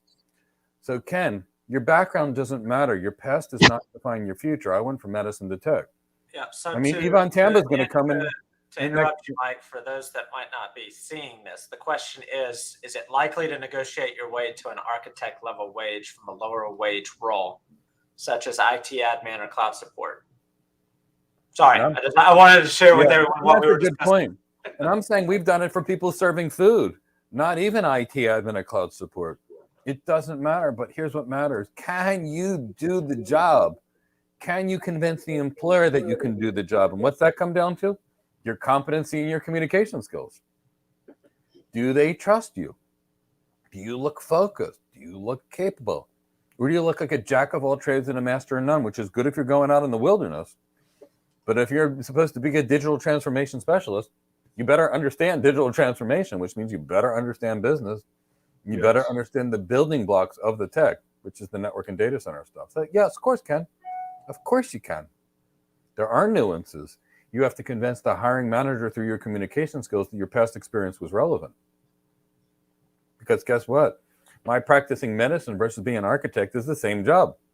Guess what? I was a management consultant. Guess what? That's still the same job.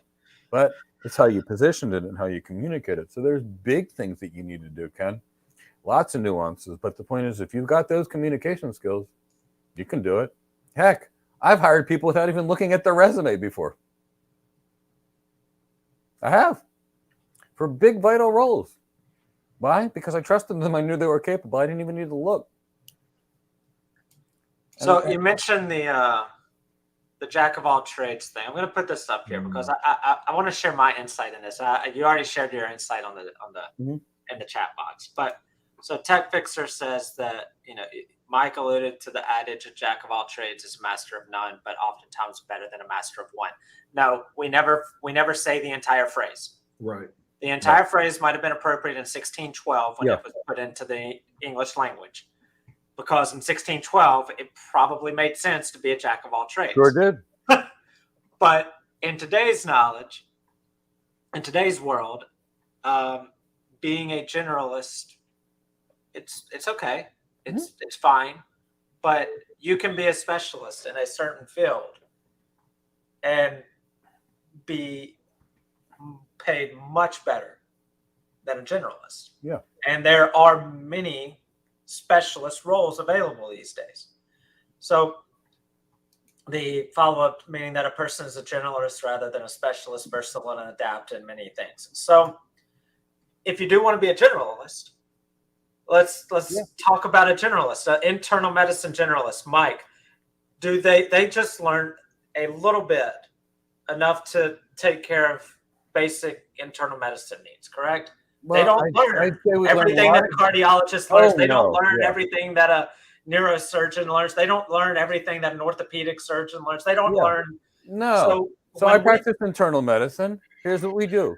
We maintain the relationship with the patient. When it's a cardiovascular thing, we outsource to a cardiologist. When it's a neurological thing, we outsource to a neurologist. When it's an orthopedic thing, we go there. If I told you there's 10 kinds of cardiologists that each go to school for 17 years each, just because one does electrical signaling, one does interventional or angioplasty, one does open heart surgery, one does prevention, one does this. And so it's 170 years to learn the heart. That's knowledge. That's depth. So someone like me in internal medicine, and I did as a nurse practitioner, but let's do it as a physician. There you go. You go to school, you take on $250,000 of debt, and you earn $200,000 a year. Yeah. And you're killing yourself working 70 hours a week. I know an orthopedic surgeon that just does knees. He charges $5,000 per procedure. Well, actually $20,000 per procedure. And he does 5 of them a day. And that's $100,000 a day or $500,000 a week. And he only does knees and he works 9 to 5. So the generalist, is there at 7 o'clock in the morning, still dealing with calls at 10 o'clock at night. That orthopedic surgeons is home sleeping because the knee surgery that he does are elective. So you got a choice. Yeah. So the point that I was getting to is that when people talk about being a generalist in the cloud or a generalist in this and that, you might be a generalist, but you're not learning every single specialty of every single person in the cloud. Right. And that's where a lot of people get the confusion is that I got to learn everything about everything. I got to learn everything about networking. I got to learn everything about security. I got to learn everything about databases. I got to learn everything about this and that and that. Good luck. No, it's not possible. A generalist it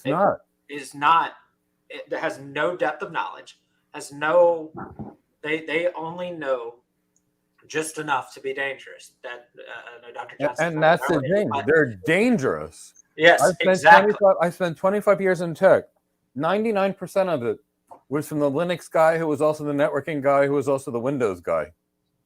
Now, I spent 10,000 hours on just one routing protocol.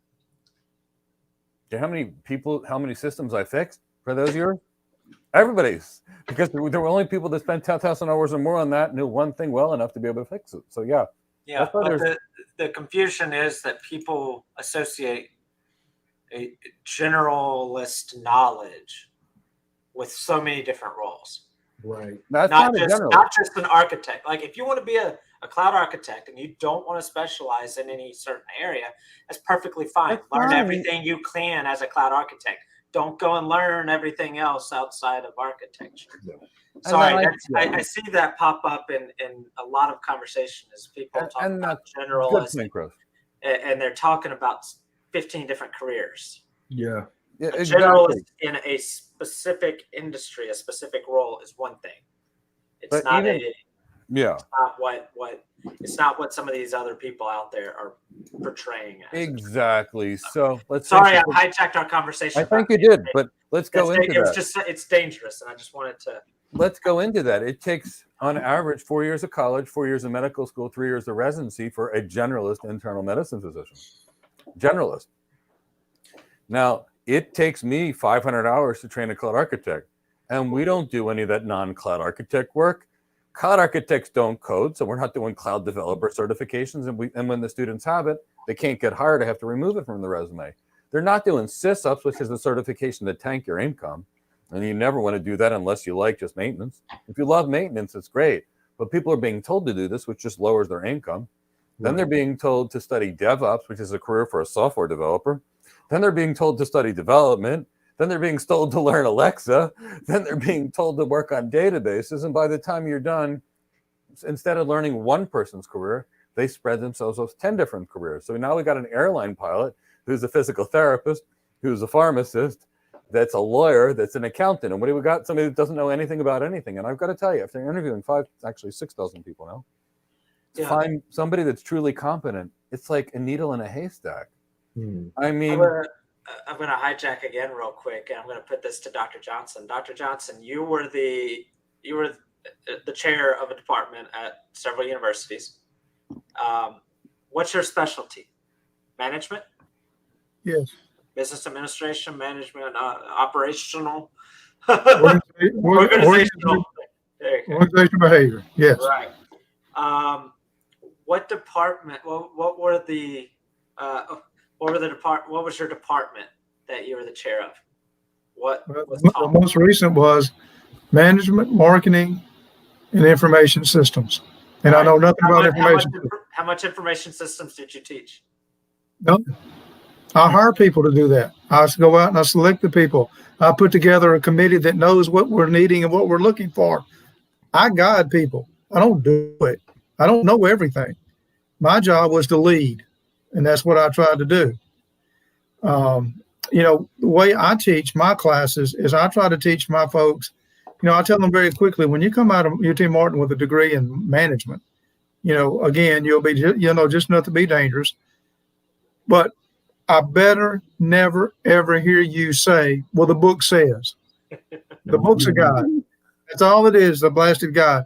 What we try, and I think Dr. Long and I have the same concept or ideology, we're teaching you how to think, how to research, how to be critical, how to evaluate information, how to learn new things, because once you walk out, you're pretty much out of date the day you get the diploma. You got to continue to learn. The day you quit learning, in theory, is when they shovel dirt on your face. Okay? And some people think we continue to learn, but I'm not going there. So, but, that's how I teach. I'm not, you're not going to be an expert, but I want you to be able to critically evaluate information, situations, come up with solutions, work with others, rely on their skills in particular areas. Dr. Long is an expert in international. International to me is anything outside of Weakley County, Tennessee. That's international. Okay? She's the expert. If I have an expert, when we look for someone in international, she's in charge.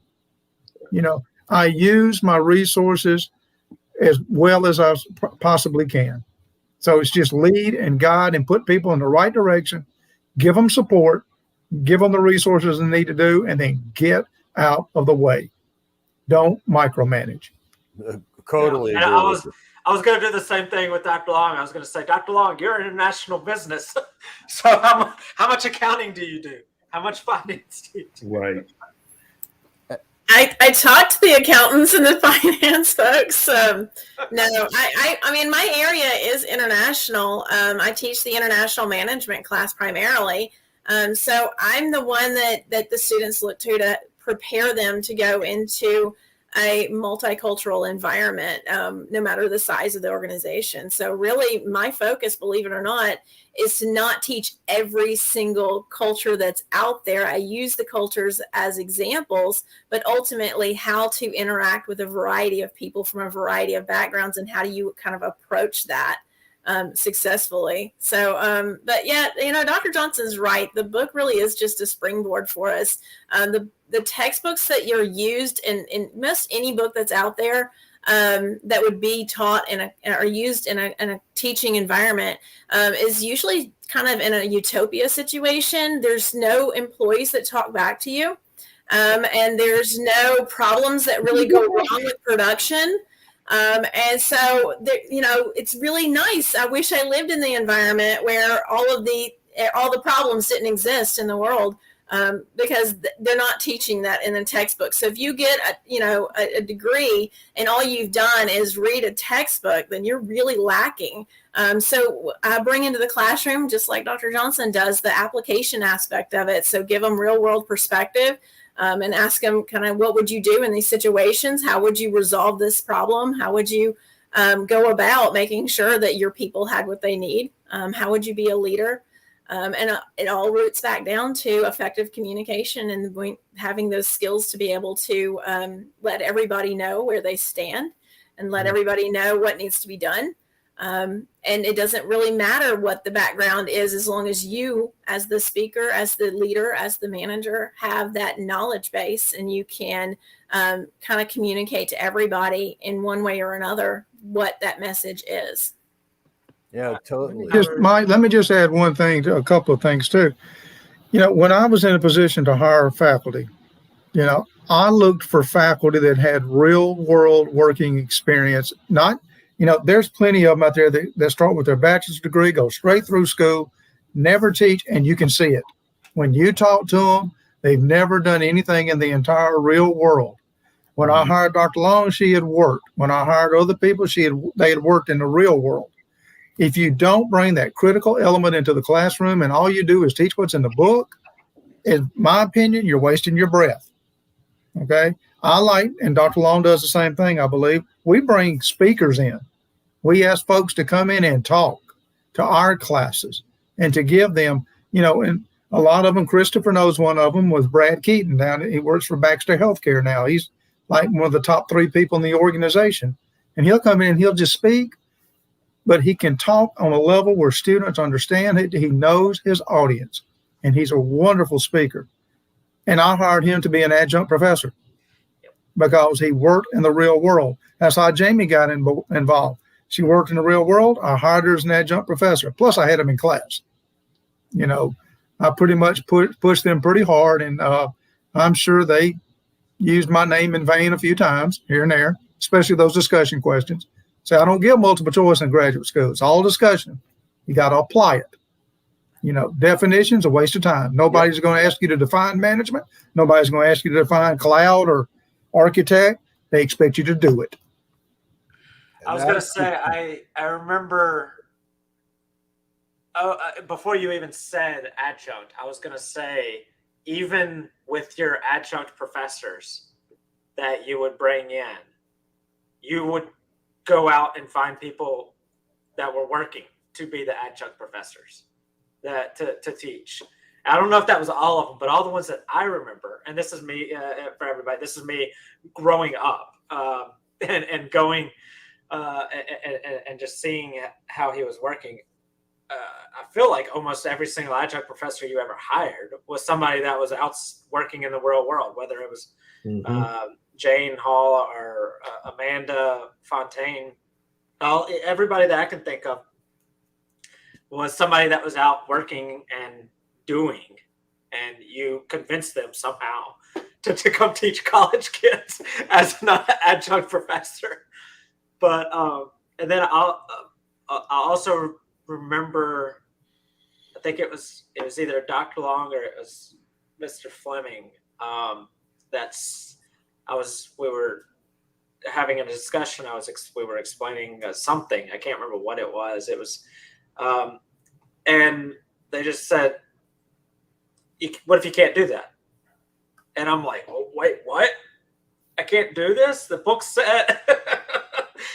This is what the book said. And that was the first time that I had ever experienced somebody saying, no, it's not going to work. You can't do that. You don't have that option.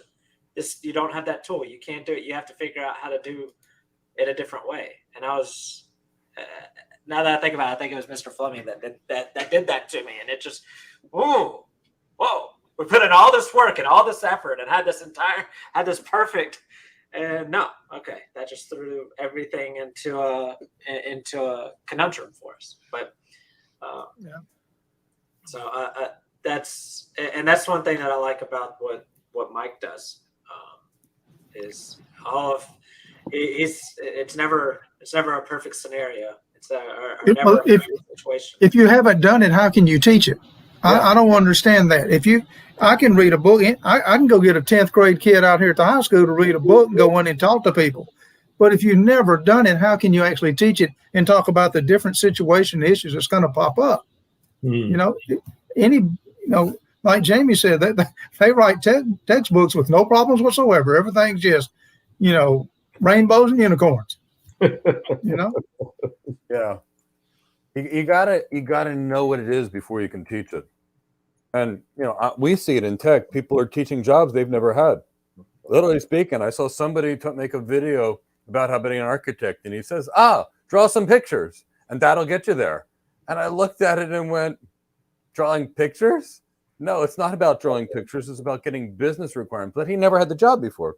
Of course, that person's charging $30,000 for training for something he's never done. But, it's so much of it out there. You can't hire somebody that's not done it based on just academia. I mean, I don't care about somebody's GPA. I don't care about their certifications.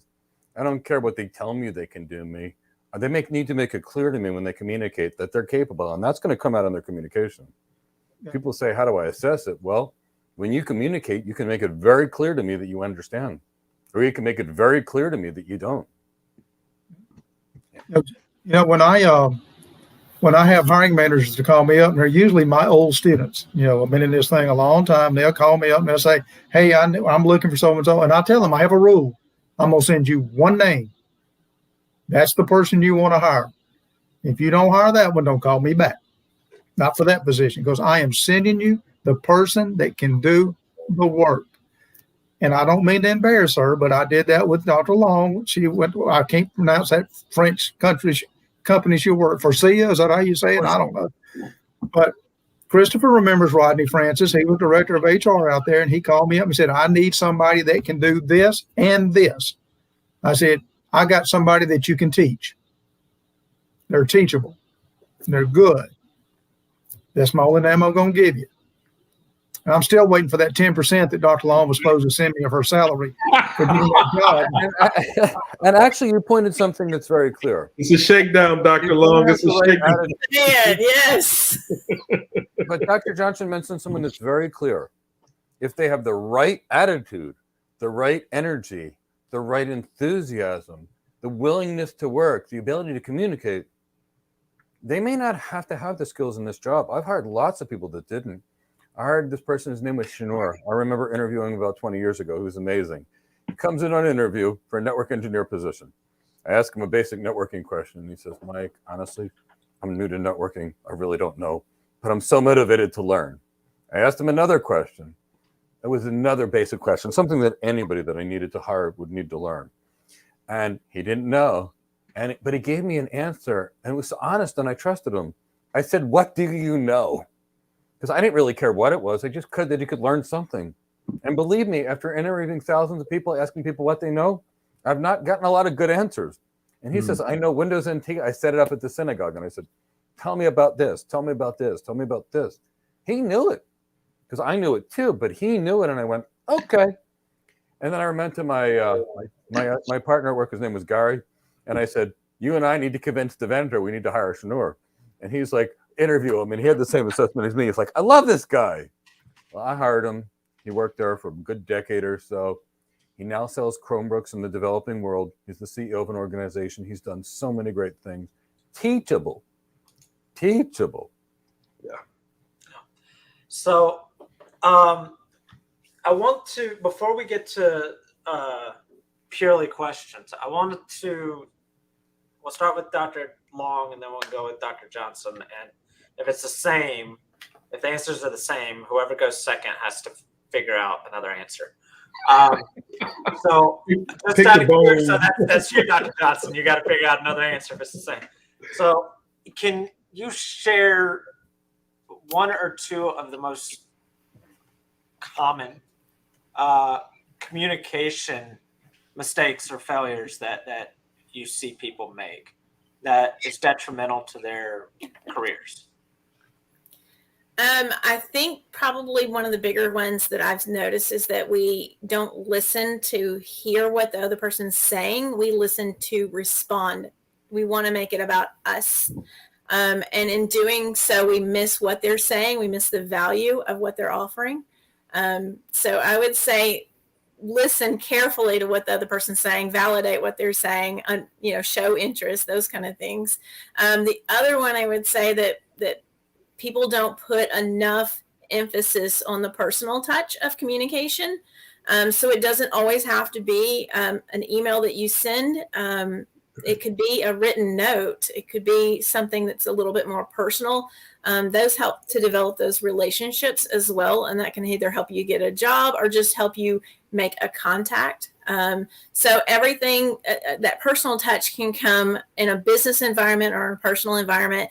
Probably the one of the most common that you would see that would make a difference as far as a working environment is when you're interviewing for a job, knowing who all you talk to and then sending a personalized message that's not the same across the board to each individual. Emails are most common if the decision is going to be made really quickly, then you would want to email. Yep. But if they get a thank you card that's handwritten that says thank you for your time and good luck on making that decision, and maybe a few points of something that you had a conversation with that shows them that you were listening to them, it's going to make a huge difference in whether or not they want to hire you. Totally agree. Yes. Some form of thank you, at least acknowledging the time and the effort. I love the handwritten note. Personally, I've actually used emails, and here's the reason why. On the interviews, they said they were going to be moving forward. So I wanted something that I could send them right then and there. But if it was a normal interview process, and most people don't train an hour, 100 hours per interview, and most people didn't research, spend hundreds of hours researching what employers wanted, yes, you got to write that handwritten note. And I love that handwritten note. And it's a thank you because it's time that they don't have. People don't realize the hiring manager's time is so precious and so limited. They're not willing to hire somebody they're not willing to interview someone if they don't think they can hire them. Right. Now, actually, let's talk about my favorite euphemism before we turn it back to Chris. Come back when you have more experience. look, if I interview somebody, I don't care about their experience. I'm willing to hire them. But if they can't do the job, it's a lot better to say, come back when you're more experienced and you're incompetent and I can't hire you. How's your perception of that, Dr. Johnson? I agree with you on that. I'm still looking for the person that is teachable. That's the focus that I stay on the entire time. Now, back to Chris's question, now that Dr. Long stole about all of mine, He beat you to the red buzzer, Dr. Johnson. She beat you to the red buzzer. Yeah, well, I'm gonna get him now. One of the things that I see that people fail to do as far as communicating. Everything goes back to communication. They fail to develop networks. Networking to me is one of the most important concepts there is out there. Jamie's alluded to it. Mike's alluded to it. Developing relationships and that type of stuff. And I look at my kids all the time. The young ones come in and say, well, how do you develop a network? And I say, look around in the class. Looking around in the class, you got people that is diverse and your friends. Go find out who their parents know. I mean, it just spreads out. Turn your brain on. Here we go. That type of stuff. Another thing that I see is, especially in presentations, when people are trying to make an impression on getting promoted and so forth, is we teach a class. It's called strategic management, where they have to solve a problem. They got a problem out there, and the professor will say, "Okay, what's your solution?" And they sit there and they present, and then the professor, like me, says, "Sounds good. I like what you're doing. Can't afford it. What else you got?" And then their mouths drop. They're not prepared. Yep. You always have to have option B, C, D in that back pocket. And too many times, I've even seen people out there in the real world for 20 years, 30 years. They give it one shot. The boss says, don't like it. What you got? And they go, that's it, boss. Okay, you can go back to your little office. Matter of fact, go on down to the basement, which, by the way, the basement's not bad. It's where my office is now. So I don't have to deal with deans. So networking, not being prepared. Of course, I've always said the thank you. Jamie and I have talked about that till we just wear ourselves out about that.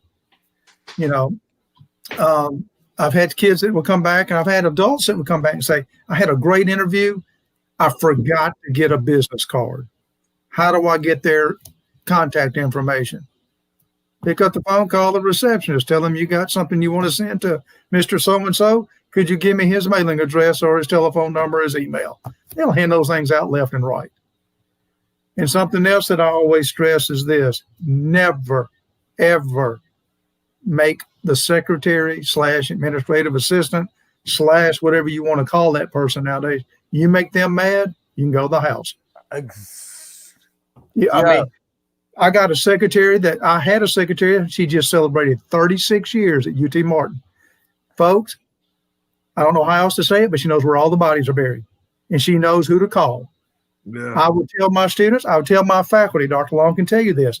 If you have a question for me, ask Cindy first, because usually she's going to answer it and not even bother me. Because you know what I'm going to do? You know what real bosses do? They'll say something like, well, let me look into that. As soon as you walk out, they call the secretary in and say, where do we do this, or where do we find it? That's using your resources wisely. Too many times we don't do that. We got an ego. We're arrogant. We don't want to do it. Me, I want to get it off my plate, move on to something else. I know what's waiting for me at 5 o'clock. Christopher, you know what's waiting on that red Solo cup. There you go. And so not only do I agree with you, not mess them up, not agitate the secretary, because it's over there. I actually didn't hire somebody one time. Every time I do an interview, if I like the person, I walk out and ask the receptionist, how did they treat you? Were they nice to you? Were they mean to you? Were they nice to the people? How did they sit in the room? Why? Mm-hmm. Because lots of people will be nice to the boss, but if they're not nice to the secretary, the receptionist, I don't want them on my team. I can't hire somebody that's only nice to people that they think are in power. I'll take people to lunch. I'll see how they treat the waiter, the waitress, the staff. Mm-hmm. If it's not professional, it's not good and clean, and it's not respectful, I don't want them on my team. I don't want somebody to destroy the morale. I want somebody that's going to build a team. Because in the end, there's an African proverb: if you want to go fast, go alone. If you want to go far, go together. And I believe that in everything we do. We need a team. I tell you something else I don't do when we have people interviewing. They send in these. UT Martin and just about every other organization I know of says you got to give three references. I don't call those because people are not going to give me. I go off list. I will call and look for somebody else and say, I might start with them and say, hey, Chris Johnson, I'm talking to him and we talk a little bit and I say, is there anyone else there that he may have worked with? Oh yeah, Jim Bob down the hall here. Well, let me talk to Jim Bob. Mm-hmm. Man, here's what's going to happen. Hopefully I'm going to get 2 or 3 good references. But if I get a mixture, guess what I'm doing? Next person on the list. Yep. Mm-hmm. Going down. So. Totally agree. All right. So we got to get to some questions because I know we don't want to keep never mind. Dr. Long and Dr. Johnson are an hour behind. We can keep them as long as we want. So anyway, we don't see your red solo cup. It's fine. Your red solo cup's not on camera. It's perfectly fine. So I'm going to put up a question. I'm going to put up our first question here, and then we'll keep going. One or two is medical, so I'll address, but we'll do them in order. So I'm going to put up Ken's question first. I enjoyed the panel's responses. I'm also interested in Elonzo's thoughts on the multicultural environment and or the generalist broad role question. Okay, Ken. I think I guess you're trying to say how I think the environment based on, and if you've been to all of our live classes, we've got everyone from a global perspective, and it reflects the same way in our working environment. We have globally, we have 2 gentlemen from Cameroon. We have Leo, he's from Sao Paulo, Brazil. Even though Chow has been here, originally she's from Vietnam. And so you think about the conglomeration of different cultures, different perspectives, different creeds, but it's our willingness and our ability to A, we know how to communicate, B, we know how to accept everyone's perspective based on how they receive and understand information culturally, and how we're able to use those strengths to better who we are at Go Cloud Careers, as well as communicate with everyone all over the world. Now, another example is when I'm receiving calls to communicate the benefits and overall understanding of what Go Cloud Career offers. I'm speaking to people in China, Canada, UK, South America, India, Africa, Jamaica. I just spoke with a gentleman late last week or early this week from Dominica. So it's that strength, the variations of our background is what makes us strong. Because one of the things that I don't like to do, or don't like to be in an environment where everyone honestly and quite straightforwardly looks and thinks the same. And that's part and parcel to my background as well, where my mother, she was a management consultant, and she did a lot of analyst work, and we moved a lot. And to that credit, it helped me to adapt to different cultures, different people, different perspectives. And it also helped me when I studied abroad in Japan. It helped me to look at different perspectives as well, and outside of my box, and look at how I am as a stranger in someone else's homeland. So I had not only that perspective of those who weren't born here in America, but I also had a chance to be a guest in someone else's country. So that environment is it's a benefit. If anyone has an opportunity to work with people that you've never understood or never had a chance to have exposure to their culture, it helps you, it strengthens you, because you have another opportunity to see how other people think, how they ascertain business, how they conduct business, how you can learn from them, exchange ideas, and ultimately as a group, you all are that much stronger. So I hope, Ken, that answers your question. And as far as the generalist or specialist, Elonzo, how many people have we taken that are 10X certified that we have to retrain? More than I'd like to see, but ultimately at the end of the day, we end up more or less sifting the chaff from the wheat and kind of streamlining what their goals are, focusing not on being a jack of all trades and I know how to do all of this, because in a way you have to, there's a saying that says, try not to tread water in a shallow pool. Meaning, you've got all this stuff, but you need to get deeper into a specific chosen field so that you can be successful, you can be more valuable. And as a disclaimer, there's nothing wrong with working in food service or a lot of different blue collar jobs, but there is a multitude of people who know how to do that job.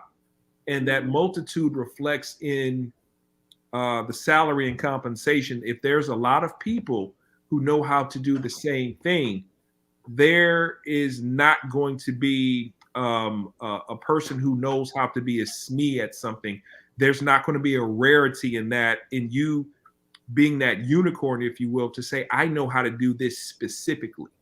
So that is the difference between wanting to be really focused and not be a generalist.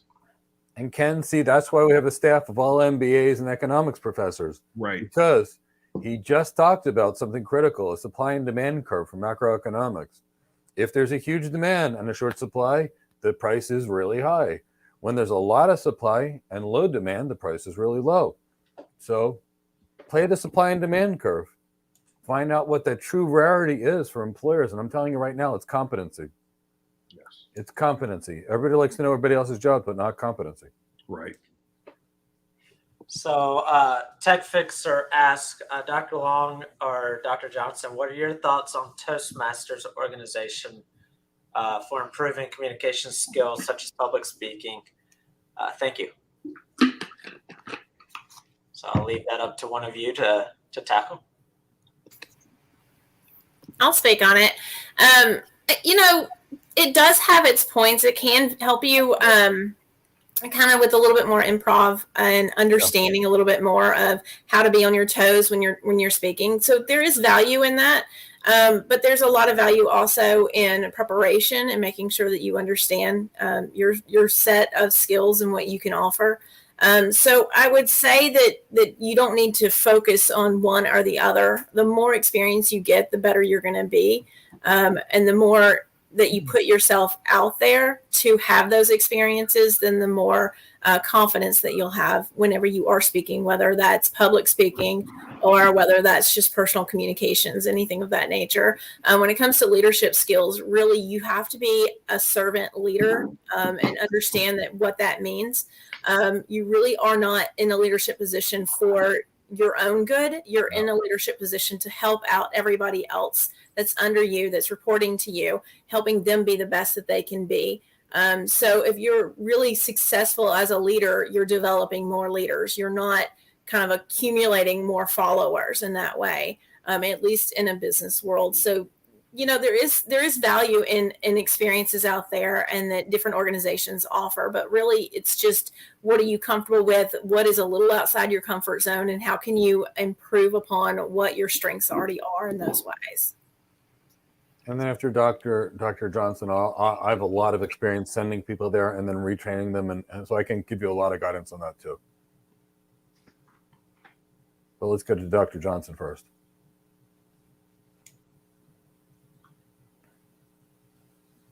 Oh. I think you're muted. Yeah, he muted himself, so I can't unmute him. So I had it was muffled. I couldn't hear the question. I'm sorry, Mike. What could you repeat it, please? The question is, what are your thoughts on the Toastmasters organization with improving communication skills such as public speaking and leadership skills? I'm not a big fan of Toastmasters. I'll just be honest with you and so forth. I think the best thing that you can do, Dr. Long made a good point, is put yourself out there, get experience, get practice and so forth. For example, as a chair of a department, I would occasionally pick out the people, the faculty that in my department that I thought had leadership capabilities, and I would give them designated tasks to do that required leadership, that required communication skills, and try to guide them and teach them as they did that. Now, that was young people, that was old people, it was men, it was women, it was white, it was black. You know, all I simply was looking for the people that actually had the ability to learn, and actually have the ability to lead. Okay. So I'm more of a, you know, rather than going out and doing Toastmasters or something to that effect, is actually working with someone that will give you the opportunity to do those things, do the leadership skills. Again, you can talk about it all day long, but until you do it, and a lot of times you're going to fail. And there's nothing wrong with that. Fall down, what you do, but as you, the person that's trying to help these people, your job is to pick them up, dust them off, and say, let's go again. You messed up one time, but we're going to learn from that experience. And I've got a lot of experience with Toastmasters by using it for junior level positions. If someone's really struggling with a junior level position, then yes, I love Toastmasters and I'll send it there. But Tech Fisher, our average students graduate between $120,000 and $287,000. That was the range of salaries this year, with the average somewhere around $150,000, $160,000. When you're applying for a $150,000, $160,000 job, you need to get the guidance from one of two places. Either professional educators like Dr. Long and Dr. Johnson, which have chosen to be educators and not taken advantage of what they could earn in the industrial world because they love it. Their whole life is training others and bringing out the best, and we thank them. We really need to be careful and grateful and thankful for our teachers. Or you're going to have to deal with people that are coming from the $300,000 plus job worlds that can train you in exactly how to position yourself. How do you develop that executive presence? How do you make a point, pause, communicate? What vocal tone and body language do you need to do? I know it cost me tens of thousands of dollars just to learn these skills. And that's why I teach them to my students in our Cloud Architect and Cloud Engineer career development programs, because nobody else is willing to do it. And yeah, sure, you can go see Jerry Weissman and spend $10,000 for the week, or 2 $5,000 courses, or go to Speakeasy and a couple $5,000 courses. And if you don't train with us, I encourage you to do so because these skills are so critical. But Toastmasters isn't going to cut it. Now, if you're trained by professionals and you use it as a place to practice your presentations, yes, that's good, but they're not going to teach you what you need from a communication skills perspective, and they're definitely not going to teach you leadership skills. All right. So the next one is from earlier. Apparently, Up and Up liked a point that you made, Dr. Long. I don't know what it was, but they followed up with, what was your advice to listen better? I guess we were having a conversation about listening and hearing. So I think this one was directed at you, Dr. Long. To be a better listener, you really just need to understand what the purpose of the person sending you whatever messages they're sending. If you can identify that purpose, then you're more engaged in understanding. You want to make sure that you ask questions. You want to solicit any kind of understanding that you need in order to be clear about that. You want to repeat back. These are things we've already mentioned before, but if you repeat back what you understand they want, or ask them to repeat, depending on which side of that conversation you're on, you become what's called an active listener. And to do that, you just want to be really engaged. You want to make it a point to turn on your ears and pay attention and not allow distractions to get in the way of the message that's being sent. And a lot of that is just making that choice to listen. And listening is a voluntary critical skill that we have. Hearing, of course, is involuntary. We either have the ability or we don't. So to be an active listener, you need to make that choice. You need to pay attention and try to understand. But if you can identify the main purpose, or the purpose of the speaking, the main points that they're trying to make, and then seek any clarification that you need, you'll be a better listener as automatically just doing those kind of things. All right. Give me just a second. Here we go. So from, I think this one, Mike, I think you need to add some I'm pretty sure there's one nuance to this one. This one is from earlier. If you're hearing this correctly, any type of Azure AWS Solution Architect certification is relevant. So Juan Garcia, I'm going to make it clear. It's fine to get a certification to help you get an interview. Now, I've gotten lots of people hired that had 0 certifications like Delroy Bat. no certifications. He took one of the 3 offers he had as a cloud architect, and now he gets 3 interview requests per week, which he turns it down because he loves his company. Here's why AWS certifications are realistically ridiculous, and all certifications are for executive jobs such as architects. So an architect is typically a director level or a VP level job, and a lot of our people are getting director and VP positions, VP titles. And here's what a certification is: the name of a proprietary server, which you may or may not be able to use, and how to configure it. But architects don't configure. They don't touch the technology. It's one common thing in architects. They design, present, and sew. Wait, they don't teach that in certifications. None of the high-level job certifications are beneficial. At low-level jobs like a sysadmin or help desk, yeah, certifications help. But at big jobs, it's about knowledge and competency and capabilities. If somebody has more than 4 certifications, I won't even waste my time on an interview because I know they're busy focusing on certifications versus skills. Skills matter, attitude matters, communication skills matter, competency. Now, do you have the skills that are in that certification? And what is the certification? The name of a service and how to configure that. So let's pretend, Juan, you wanted to design a building, and I handed you a hammer and a screwdriver. Is that going to teach you how to design a hotel? No, it's somebody else's job. So I love that there's solution architect certifications. I even teach them because it can help you get an interview, but there's nothing on the certification that will ever get you hired. And that's why we say 1 or 2 to build a brand, and then focus everything else on reality. Be great at your job, not certification. And Cooper, you said that you're not a fan of certifications either. Okay, so I don't have. I put very little stock in certifications. I've not seen.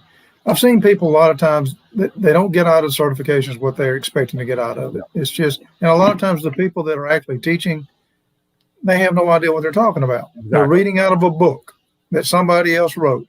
And if you dig down into the weeds and start asking questions, then they start blowing you off and going in different directions. Yeah. That's when it's time for you to, I don't know, get your money back. And we've had this. We've had students. One of them we hired as part of our company that took one of those certification courses. And when he reached out to the person on their Slack channel and said, wait, I can't seem to get a job, he paused that notification so we didn't have to hear from him. That's okay. We retrained the person. They got a cloud job. And then I stole this person from the cloud job that they actually had because they were too valuable.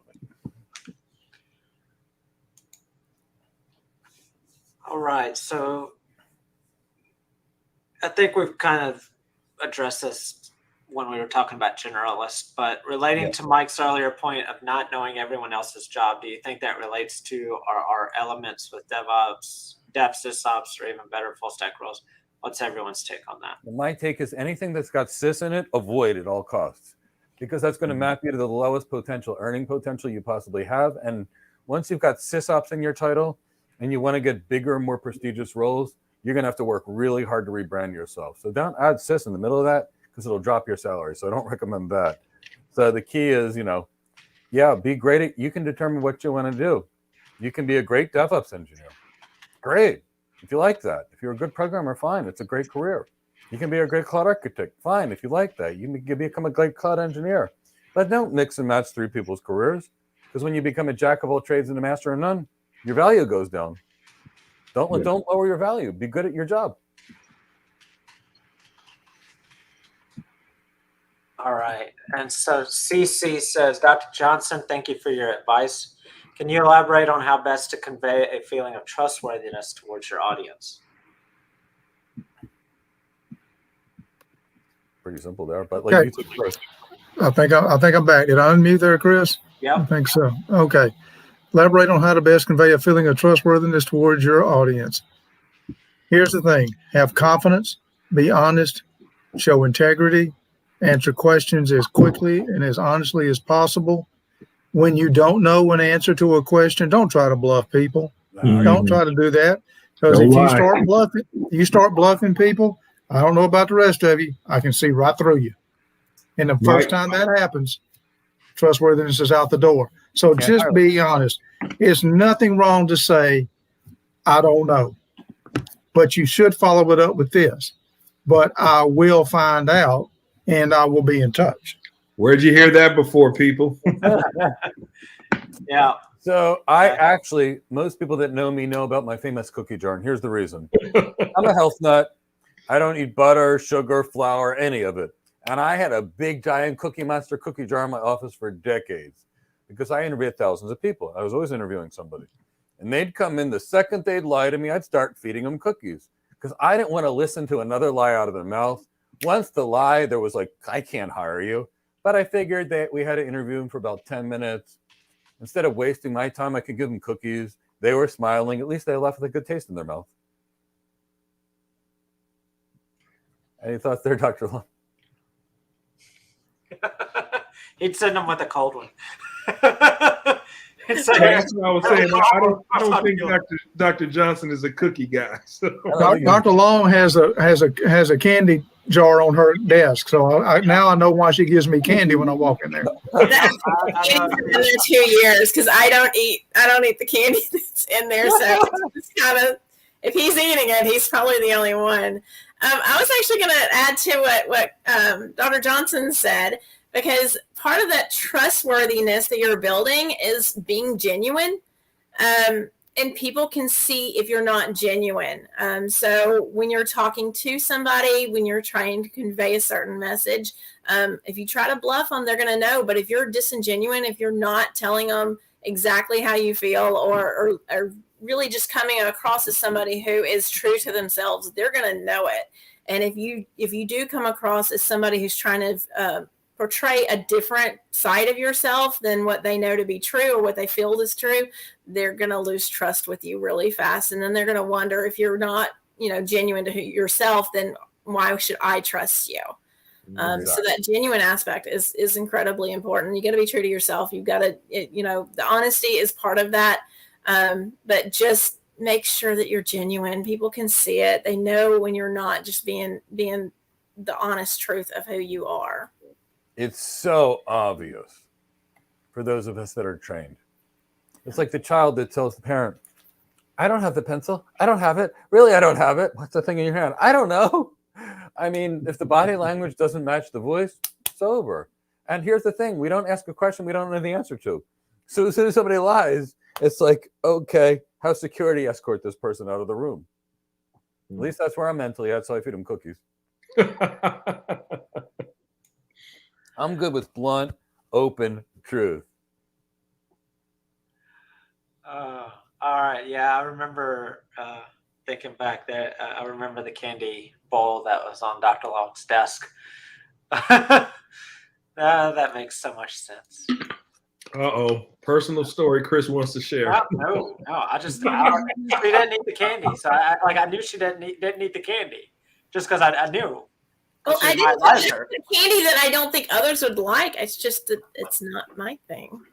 Yeah. And I was careful of, and my candy jar doesn't have things that people are highly allergic to. So I try to be aware of allergies and things like that. So apparently, yeah, I'm not sure. I was always curious why she had candy in the office when I knew she didn't eat the candy. But that makes sense. It's the equivalent of Mike's cookie jar. All right. It's probably coming in at Dr. Long's office that didn't read the syllabus, and she says, "Did you read the syllabus?" And they say, "Okay, I'll take some candy." Yeah, I'm really nice if you don't read the syllabus. I'll just say, as you can see in the syllabus, and the frequently asked questions, and on page such and such, this is the answer. Yeah, I'm usually. There were two of us that were multicast experts about 20 years ago. There was me, and I worked for Riverstown, and there was this great multicast expert at Cisco. His name was Bo Williamson. Everybody respected him. He was absolutely amazing. Loved his presentations, but people would ask me a question and they didn't read the document that I wrote, which is still being used 20 years later by the organization's competitors. And I'd say, have you read the document?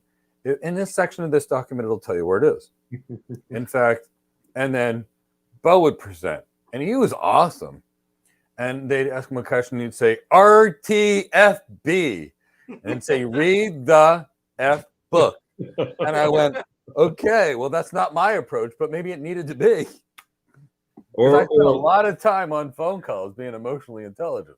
Or a lot of the management consultants, you'll read between the lines when you'll ask the obvious, per the email, per the document, per anything. Yeah. That is your way to stop asking the obvious. So you And- got to understand the communication as well in email and verbal form. All right, Mike, we got a question that's right up your alley, Mike. I think you've been waiting for it. Yep, I know what it was, and I figured I should address So, it. Tony, Hi, Mike. oh, You'd be yeah, I'll from let you- Tony. Hi, Mike. I'm become keenly interested in your team when I learned that you come from a medical background. I'm a doctor who is interested in digital health technology and entrepreneurship. Hey, wait, we've got a lot in common. And you've been thinking of the best cloud career path to follow that can help you achieve your aspiration. Nice. Will even learning the cloud be of any help? Advice, please. So, Tony, here's my thoughts. I'm going to tell you what I did, and I know what you can do. And if you want to be trained, we would love to train you, and we can easily get you to your goals, because I love working with medical people because they're emotionally intelligent, they communicate well, they know what it's like to keep going when you're tired. And as medicine and any kind of nursing medicine, our lives are challenging. So here's the thing. We could teach you the cloud, and I think learning the cloud would be good. Now, there's multiple ways you can take your career. Option one is somebody can focus on being great at tech. That's not my recommendation for you, by the way, because you can do better. Option two is you can become an expert in an aspect of tech, cloud networking, cloud security. Option three, which is where life gets really exciting for you, is becoming an expert in an industry and marrying that about the tech. So, for example, I worked at Cisco's Internet Business Solutions Group. Microsoft has a business solutions group. Everybody does. And what they are management consulting teams. And for example, I was the lead architect for healthcare. I would go talk to clients about their business needs, find out what was going on in their organization. What kind of workflows did they have? What kind of special surgeries did they have? Did they have any special orthopedics, for example, or any special cardiovascular care? I would look at the workflow of their nurses, doctors, physical therapists, radiologists, and then I would design a solution, present that solution, and sell it back to them.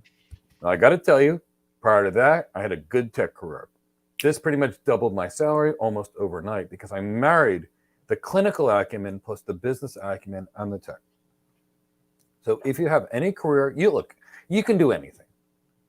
Now, I generally don't advise software engineering roles because there's a huge supply of them all over the world. And with global things being global, I see software engineering salaries being, not something I would recommend. Huge supply, can meet demands. That can be outsourced anywhere, so I don't recommend that. Now, next, cloud engineering. I think it's an incredible job, and you could be great at it. But you'd have to learn to code. You'd have to learn to configure. You'd have to get really good and deep in technology, and there's nothing wrong with that. But if you can be an architect, which is exactly what fits into your background, because what are you doing? Patient comes in and says, my throat hurts. Okay, what do? We ask some questions. What makes your throat better? What makes your throat worse? Then we look in the eyes, we look in the nose, we look in the throat, we look in the ears. Listen to the heart and lungs. And I say, you have pharyngitis. Now, either I can culture that throat, or I can say the most likely cause of pharyngitis is beta hemolytic strep group B. And then I can ask my patient, are you allergic to penicillin? And they say, no, Mike. And I give them amoxicillin 500 milligrams 4 times a day, and that's my plan. Now, what do I really do as an architect? I go ask Elonzo, the CEO, Elonzo, what's going on with your business? What are your business goals? What are your business pain points? Same way. That's his chief complaint. Think of it that way. Same job. The next thing I do is, Elonzo, can I ask you some questions? And he says, of course. The next thing I do is I bring in a bunch of cloud engineers, these magical techie people. They're like geniuses. They come in and they evaluate the tech. Then what do? I make a diagnosis of what I need to fix. And then I make a plan called an architecture. So, it's the same job. Doctor interview a patient, architect interview a client, doctor examine the patient, architect bring in engineers to examine the client. Doctor make a diagnosis, architect make a diagnosis. Doctor make a plan. It's usually a prescription, but it could be physical therapy, occupational therapy, whatever you need, respiratory therapy. Architect make a plan, which is all the technology components. So you could do anything. And I always say your past does not define your future. But I got to tell you, you have the perfect background for architecture. And what you would need to learn is the tech and how to tie the tech pieces together. We could teach you this in our Cloud Architect Career Development Program. But yes, you can easily get there. I recently had a mental health tech join JP Morgan Chase, and we do it all the time. Healthcare people are extremely advantaged because we must have good communication skills. We must organize and herd cats. What are the nurses doing? What are the PP people doing? What's going on? Herding cats. Huh. Herding cats, yes. I wouldn't know anything about that. Now, in medicine, emergencies happen, right? And we have to maintain our cool and composure. So in my entire career, people were like, Mike, you're so calm. How do you stay that calm? And I said, look, nobody's going to die. We can wait a few minutes. It's no big deal. So you've got that going for you. You've got emotional intelligence. You've got empathy going for you. You've got to have great soft skills. So look, you could do it all. I recommend cloud architecture because it's already using the skills you already have. And we'd love to train you. And we get people trained as cloud architects all the time. But if you don't want to train with us, you can come on Thursday to how to get your first cloud job webinar, and I'll teach you how to do it on your own too. It'll be faster and cheaper with us, but I'll teach you how to get there no matter what. And we'd love to train you. Welcome to our world. It's a great place here. All right. So I'm gonna do something a little different here. So I'm gonna purposely skip some questions. Can somebody translate to me? Ken put an acumen there, IKR, perfect. Does somebody know what that means? I know, right? Okay, there you go. That's why I don't use acronyms, because people never understand what they mean. So I'm going to switch it up here. So since we've got guests, I want to make sure that we address the questions that yes, they can speak to. So if you've got any questions that our guests, Dr. Long and Dr. Johnson, can speak to, please share them in the chat box. I'm going to be getting to a couple that are already in there because I don't want to keep them too long. And I don't want them to sit through us answering cloud architect career questions and cloud engineer career questions. But we'll be back tomorrow to answer lots of them. That's what I was going to say. But we will be back tomorrow at 10 a.m. to answer any of your cloud career questions. And Chris Johnson, just posted the link to that. So set a reminder for that for your cloud career questions tomorrow at 10 a.m. So getting to questions, and I've lost my place. Getting to questions that are for our guest. Here it is. Nope. Here it is. Nope. Okay. Here we go. Angelo's always got good questions. Always. Angelo's great.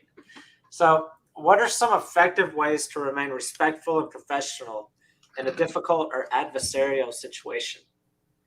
And I know Dr. Long was kind of speaking towards this earlier, talking about knowing your audience. And so I don't know if this is a question about you're going into an adversarial or difficult situation, or what if it just turns into a difficult situation out of the blue? But anyway, I'll let the two of y'all, whoever wants to speak to that. I'll start us off. I'm going to assume that when we're going into a difficult or adversarial situation that we are expecting to have some kind of blowback or some kind of resistance in that conversation. And so you can prepare before you go in. Make sure you have all your ducks in a row. You understand what's going to happen. You've done your research. You understand the facts of the situation. All of that's going to work well towards you. You want to try to remove as much emotion out of it. A lot of times that disagreement factor that we have in communication is built on emotional responses. So if you can try to separate the emotion and just stick to the facts, you're going to be better off. And you can win a lot more arguments or disagreements or whatever you want to call them if you stick to the facts, understand the reasoning behind it, and you can talk to the other person as factual to factual information.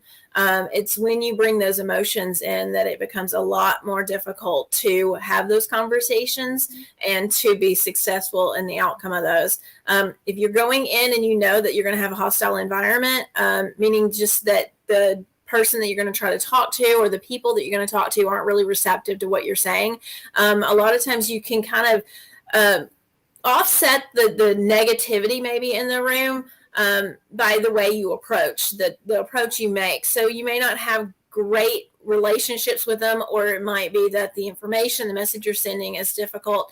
But if you go in, you're honest, you give them the facts of the information of the situation, and you show them that respect that they deserve to have as people that are listening to whatever that message is, especially if you're going into a situation where it's going to affect their livelihood or their job security or something of that nature. But the honesty factor has a huge difference in whether or not they're receptive to what you're saying. It shows that respect. It demonstrates to them that you value them as a person.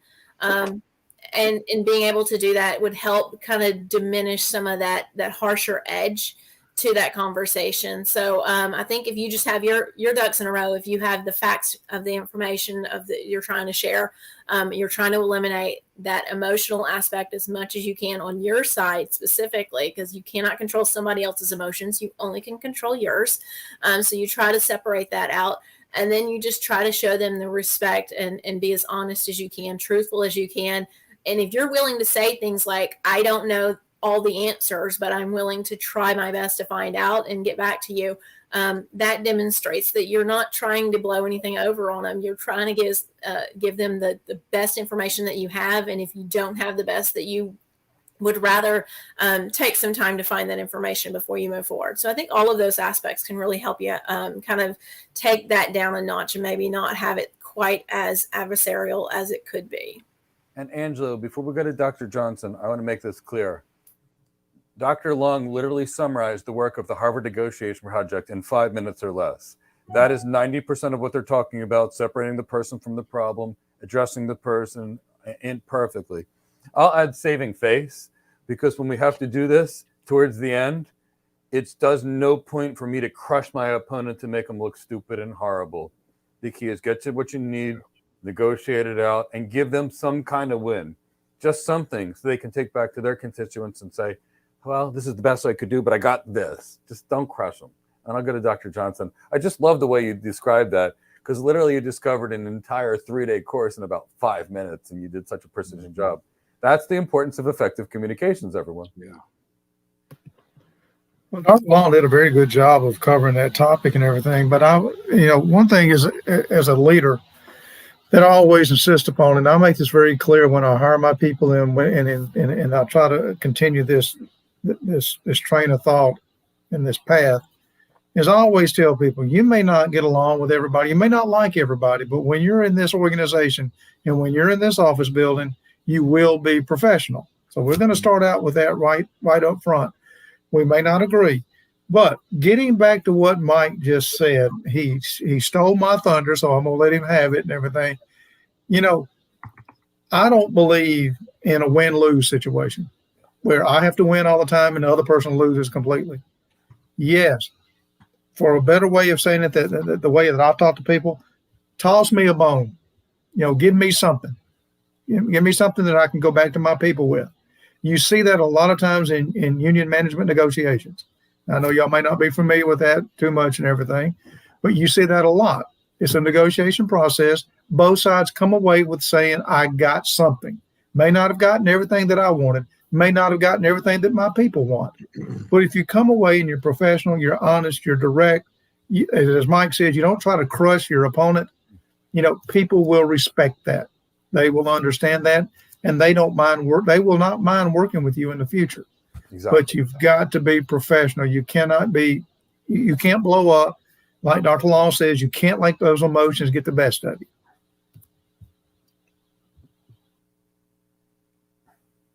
All right. So let's see here. Another question here from Barth says, are there ways to simulate stressful situations to better prepare for real situations, aside from the ones that we do in class and make you do physical exercise before taking interview questions? And I'm going to start this, and then I want to let them too. So Barth, I come from a world of heavy tactical training. And, I trained martial arts in America, and here's what it's like. Train with a rubber knife, and it's all pleasant. And I went to Israel. And instead of training with rubber knives, we trained with stun guns. Instead of doing a choke in an environment, you had to swim in the ocean, close your eyes, and somebody dragged you underwater, and you had to fight your way out of the choke. So there's that. So Barth, a few weeks ago, I had people raising their heart rate. So what we find is when a non-fit person's heart rate goes above 115, which happens in stressful situations, they lose mental acuity and they also lose fine motor coordination. What happens is the prefrontal cortex part of our brain, the thinking, logical reasoning, good communication parts of our brain shuts down, and the nasty amygdala, which is responsible for freeze, fight, or flight, kicks in. So the key is, yes, train under stress. If you're a good person, you can swing a 100-pound kettlebell for 30 times in a row, go do it.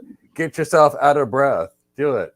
Run sprints on the beach. Do 30 pull-ups. I don't care. Stand on one foot. Find a way to stress you out. Close your eyes and, have somebody come in the room and scream just to spook you and then deliver your presentation. I do this stuff all the time, but at least that's my version.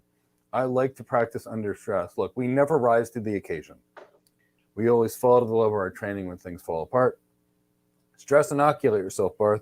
We did one 2 weeks ago, intentionally in class for that reason, where I made everybody get into a yoga pose, got their heart rate up, and then I interviewed them. And we got to see people fall apart under stress.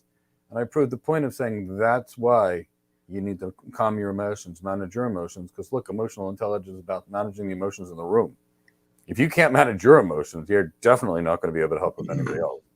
Because trying to manage what's in somebody else's head, that's somewhat impractical. So if you're going to do it, you better be in control of you first. So practice under stress. At least that's my perspective. Love to see other people. One of the things that I've tried to do is, no, go ahead, Mike, please. I was going to say, Elonzo is going to be a person that's going to have some good insight here too. Well, I've had some similar training as Mike, but one of the things that you can do in your own home is, if you're physically able to do this, try to read a paragraph or a page while you're doing a plank. Yep. If you're able to do that and do it in a calm fashion where you're able to focus, say it out loud, be able to say it in a calm fashion as you would in a dialogue with someone, that creates a stressful situation that you're able to manage within yourself and control that environment. Start there, and that would probably give you a bit of insight on how you're able to handle in a austere environment where people may not be in favor of you. So I hope that's helpful as well. I want to chime in here. I feel like we might as well just go clockwise here. Okay. So I want to chime in here. So the beauty of this is that Barth, and for most of you out there, you're not in this on your own. You're not in this by yourself. So you don't have to do it. You don't have to figure out how to simulate a stressful situation by yourself. Like I said earlier, I had a professor put me in a stressful situation by asking me a single question. Yep. Just one question, or one statement. And it's not the only time that's happened. But, you have hundreds of other people in our training program. And if you're not in our training program, I know you have people in some way, shape, or form around you. Get them to put you in a stressful situation. Have them give you a hard interview. Yeah. Have them make them give them the instructions. Say, here's what I need you to do this. You can't cupcake me. I need you create the roadmap for the stressful situation. Mm-hmm. Even though you know that it's coming, you're still experiencing it will still be stressful. So get other people to practice with you. When you do practice interviews, and I know you didn't say interview, you said situations, but the interview is stressful. The interview is one of the most stressful things that most people will ever deal with because they psych themselves out. So that's why I keep saying interview. Don't cupcake people when you practice interview with each other. And I know there's a whole group of people on Slack that have an practice interview thing on Slack, and I know they're not going easy on each other. Good. So I wanted to say that use every resource available to you, including the people that are around you, to put you in stressful situations. Exactly. So, the Marines just don't miraculously get put in stressful situations out of thin air by themselves. That's what I was going to say. Ask one of the Marines. They have other people that put them in that situation. So I was going to say, ask one of the Marines in your program. Ask them to push you hard. I promise you they're going to be real good at it. yeah. So we'll keep going. If Dr. Johnson or Dr. Long have any insights on how to prepare for stressful situations. What I do, I'll take a shot at this. I have and I'm sure that Dr. Long will remember this back in the day. First day of class, I walk in and I tell my folks, I said, you've been influenced by your family, by your peers, by your friends, and so forth. And they got you inside a little box. The next thing, what you need to do is you need to get outside the box. You got to learn how to think differently. And I give them a scenario. I tell them that you work for Pfizer. You're the CEO of Pfizer. Your little research person comes in from the basement and he's got a vial and he says, an injection of this will cure all the cancer in the world. Now, I don't know about the rest of you people, but even I'm the one that starts thinking about my stock options and profit and so forth. I'm a business person. And I get all excited and everything. And as the little research guy starts to leave, he looks at me and he says, there's only one problem. Any female that takes this injection, if they ever have children, there's a 98% probability the child will be severely mentally retarded. Well, that changes the whole situation. I'm going to send that goofball back down to the basement and tell him to fix this. But here comes the stressful part. I get a phone call at 6 o'clock the next morning from my secretary, and she says, turn the television on Channel 3. He is sitting out there in front of St. Jude or wherever saying, we got a cure for all the cancer in the world. And then I start getting phone calls. Am I going to put that product on the market? No, I'm not. But I get phone calls and phone calls and phone calls. And I ask my class, how do you solve that situation? You don't have 6 weeks. You don't have 6 months. You got days. Really, you got hours to solve this situation. How do you take the heat off of you? Nobody in a college class can ever do it. I'll tell you where the answer came from. A group of 6th grade kids that I went to talk to. They sat there and they said, here's the answer. You get some old geezer like you, Dr. Johnson, to go on TV at night, and you say, we got the cure, but here's what we need. We need Congress of the United States of America to pass a special law that would exempt us from all lawsuits. Did you solve the problem? No. What did you do with the problem? You shifted it. The stress, all of a sudden, all those politicians that have been calling you too, now they won't pick their phones up. They're going to form a committee, to form a subcommittee, to form another subcommittee to study it. And you're going to run that advertisement every day. You're going to give out the email addresses. You're going to give out phone numbers. You're going to push. The heat's off of you. Those are the types of things that I do when I train. Those are the types of things that, that I think will make people think. I believe in the stress interviews. I believe in bringing them in. Dr. Long and I have done these before. We sweet Dr. Long, she'll say, oh, Dr. Johnson, I'll help you. We get in there and we just hammer them. We come up with all kinds of questions. And then we bring other people in to do interviews. It's called a group interview. Some of you may be familiar with that, where you get like 6 questions thrown at you at one time. And you got to try to remember what the questions were. And we train people how to deal with that, and that will work with any industry. I don't care what you do. Mike and Jamie and Chris and I talked the other day about, piggybacking off of each other and that type of stuff, more ideas. And the way we look at it, Jamie and I, the way we look at it is the more that we can give people out there to help them, the better off they're going to be. So yes, I believe in putting people under stress, but I also believe in teaching them how to deal with it. Oh yeah, definitely. I'll let Dr. Long contradict me now. She always does. No, I wouldn't say I always do. I clarify sometimes. It sounds like me. Mike. I clarify. Yep. Mock interviews are helpful, and if you have, a group of folks that are skilled in interviewing skills, that they can help you better understand that's helpful. Actually, I just taught an MBA class, and I was surprised to find that the students did not do as well on the exam as I expected them to, or they expected themselves to do. And what I found out is when I was evaluating their results is that they were struggling with application questions, which at the MBA level is really what they should be excelling in at that point. And so I met with those students through a Zoom, and I emailed them and kind of got them all together and explained to them that I think they had test anxiety. And at that level, they usually have figured out how to test and not have that anxiety. And so I gave them some study skill hints that I think is relevant in this situation. And I think the one that you have to kind of get creative in ways that you can put yourself in a stressful situation that would stimulate you to do better in a real situation. So one way in which I suggested they do it, which was specifically for test taking experiences, but I think it would work in most any situation you have if you're trying to properly prepare yourself, is I told them that as you're preparing to take a test, then you need to put down study questions. We always do some kind of study guide or something like that. And the parents were the most fun to talk to in this, but it could be anybody. And I told the parents that they needed to give those kids their kids those questions, and then tell their kids at any point in time they're allowed to ask them those questions. So it could be in the morning while they're getting ready, it could be at bedtime, and they would be on the spot at that point to answer the question and to be prepared to give a full answer.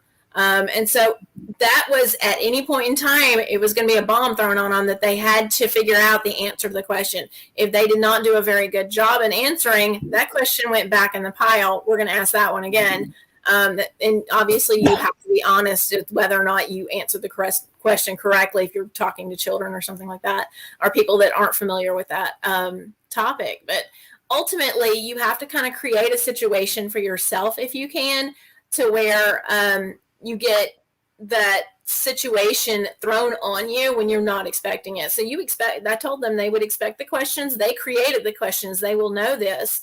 But they just won't know when it's coming. And that's kind of the big stressor that we have in a lot of our lives, is that we think we're prepared. We know our stuff, but ultimately when it comes down to actually doing it at the time when we have to address that situation, maybe we don't have the capacity to be able to answer the question at that exact moment or deal with the situation at that moment. So whatever it is, use the people in your environment. I think Chris said that earlier. But you can use family members or friends, trusted people that are going to hold you accountable. And when you don't do well, they're going to say, I think you need to work a little harder on that one. Because we don't need people that are just yes men around us. We don't need people that are just going to tell us that what we want to hear. We need people to tell us what we need to hear. And part of that is that we didn't reach our full capacity. We didn't really do our best, and that they can call us out on that and tell us that they know that we have more in us and we can do that. So all of those kind of combined together can create a stressful environment if you don't know what's coming or when it's coming, or whether or not you're going to, be able to do it to a satisfactory level and have somebody else then judge you at the other end of that, of whether or not you did a good job, or you judge yourself. We're usually harsher judges on ourselves than other people are on us. Totally agree. But I really love that. I want to add the caveat before you go swing a 100-pound kettlebell 30, 40 times, or go run, or go do any kind of crazy exercise. Please ask your doctor and make sure it's safe for you to exercise and learn the proper technique. See, Chris, I can be professional too. There you go. All right. So Brian asked if anybody has any recommendations for speeches that would that exemplify good communication and presentation skills. I'm gonna start with this because I know Brian wants to be an architect. So Brian, I would model people like John Chambers and see what he had to say. Listen to what an Andy Jassy had to say. Look at what Reed from Netflix had to say. Watch tech leaders in your industry, because that way you can learn what's relevant in your industry. Look, I love Admiral McCraven talk about making your bed. I think it's great. Yep. But in your world, you're going to have to learn a specific kind of speech. So I'd say follow the people that are in your industry. John Chambers is my favorite, but there's lots of good tech leaders that you can like. I listen to watch everything John Chambers says. I worked for him for a long period of time. I've never not seen him right on a prediction, at least that I can think of. He's pretty incredible, except for the flip cameras that we did for a while. His guidance was just so on par. He was one of the best tech futurists I've found. So I'd look at tech leaders if I was you. And if I was in military, I'd look at military leaders. And if I was in medicine, I'd look at medical leaders. But I like to look for people that are in my industry to be more precision and specialized. Anybody else? If I were to give a recommendation, I would simply say CNBC during the day. Yep, that's good too. CNBC during the day, because they will be interviewing, and you don't actually have to watch it real time. You can go on their website or YouTube channel or something. But every day, like today, they had the CEO. I can't remember, but I heard it in the background. They listed literally three CEOs back to back that were coming up in the next hour. Just interview live on TV. But that's an everyday occurrence, and a lot of people don't realize that about CNBC. They think it's just financial stuff. Well, yeah, it's financial stuff, but who's ultimately responsible legally for the finances of all these companies? The CEO. So you're going to have CEOs, you're going to have vice presidents, you're going to have directors, high-level directors, you're going to have CFOs, CTOs, CIOs, all over CNBC. And the reason I say that is because they're short. Yep. They're short, they're concise, but they're good. And some of them aren't good, and you'll see that. And it'll be very apparent which ones do well and which ones don't do well. But that's my recommendation. It's like a treasure trove, like every day. And it's a great chance to read body language too. Right. I have the best product in the world. Don't believe them for a second. Yeah. So it's a great way to get insight. That's a great idea, Chris. Yeah. So sometimes I kind of take a different path a little bit. Sometimes I recommend to my folks that, you look for people that do great presentations, regardless of the field in which they are in. It doesn't have to be the same one that you're in. And also look for those people that don't dodge questions, that don't, that they're trying to look for the easy way out. And I guess the ones that come to mind to me right now are politicians. You can ask the politician, is today Tuesday? And you will not get an answer. Yep. I mean, they'll talk about everything else in the world, and they won't give you an answer. The kind of people you want to watch are the ones that's going to address the question that you ask and then add to it, give their expertise to it. If they don't know the answer, they'll tell you, I don't know. You're looking for those that exude trustworthiness, integrity, and ethics. That's what I recommend people look to.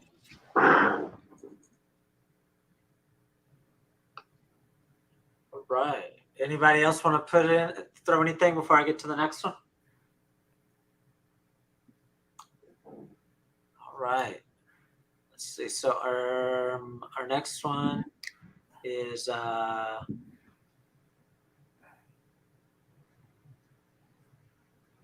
Chow's awesome. The amazing Chow. The amazing Chow. Now you make me even more excited to learn from those two doctors through your program. They're talking about y'all, Dad. So sausage balls and brownies with no nuts and getting anything they want out of me. Chow is one of the sweetest, nicest, smartest people I've ever met. I'm so excited she works for us temporarily. I know some big cloud providers going to be stealing her. But since we met Chow, we all love Chow. We all love Chow. Right, Elonzo? Oh, yeah. The amazing Chow. We adore her.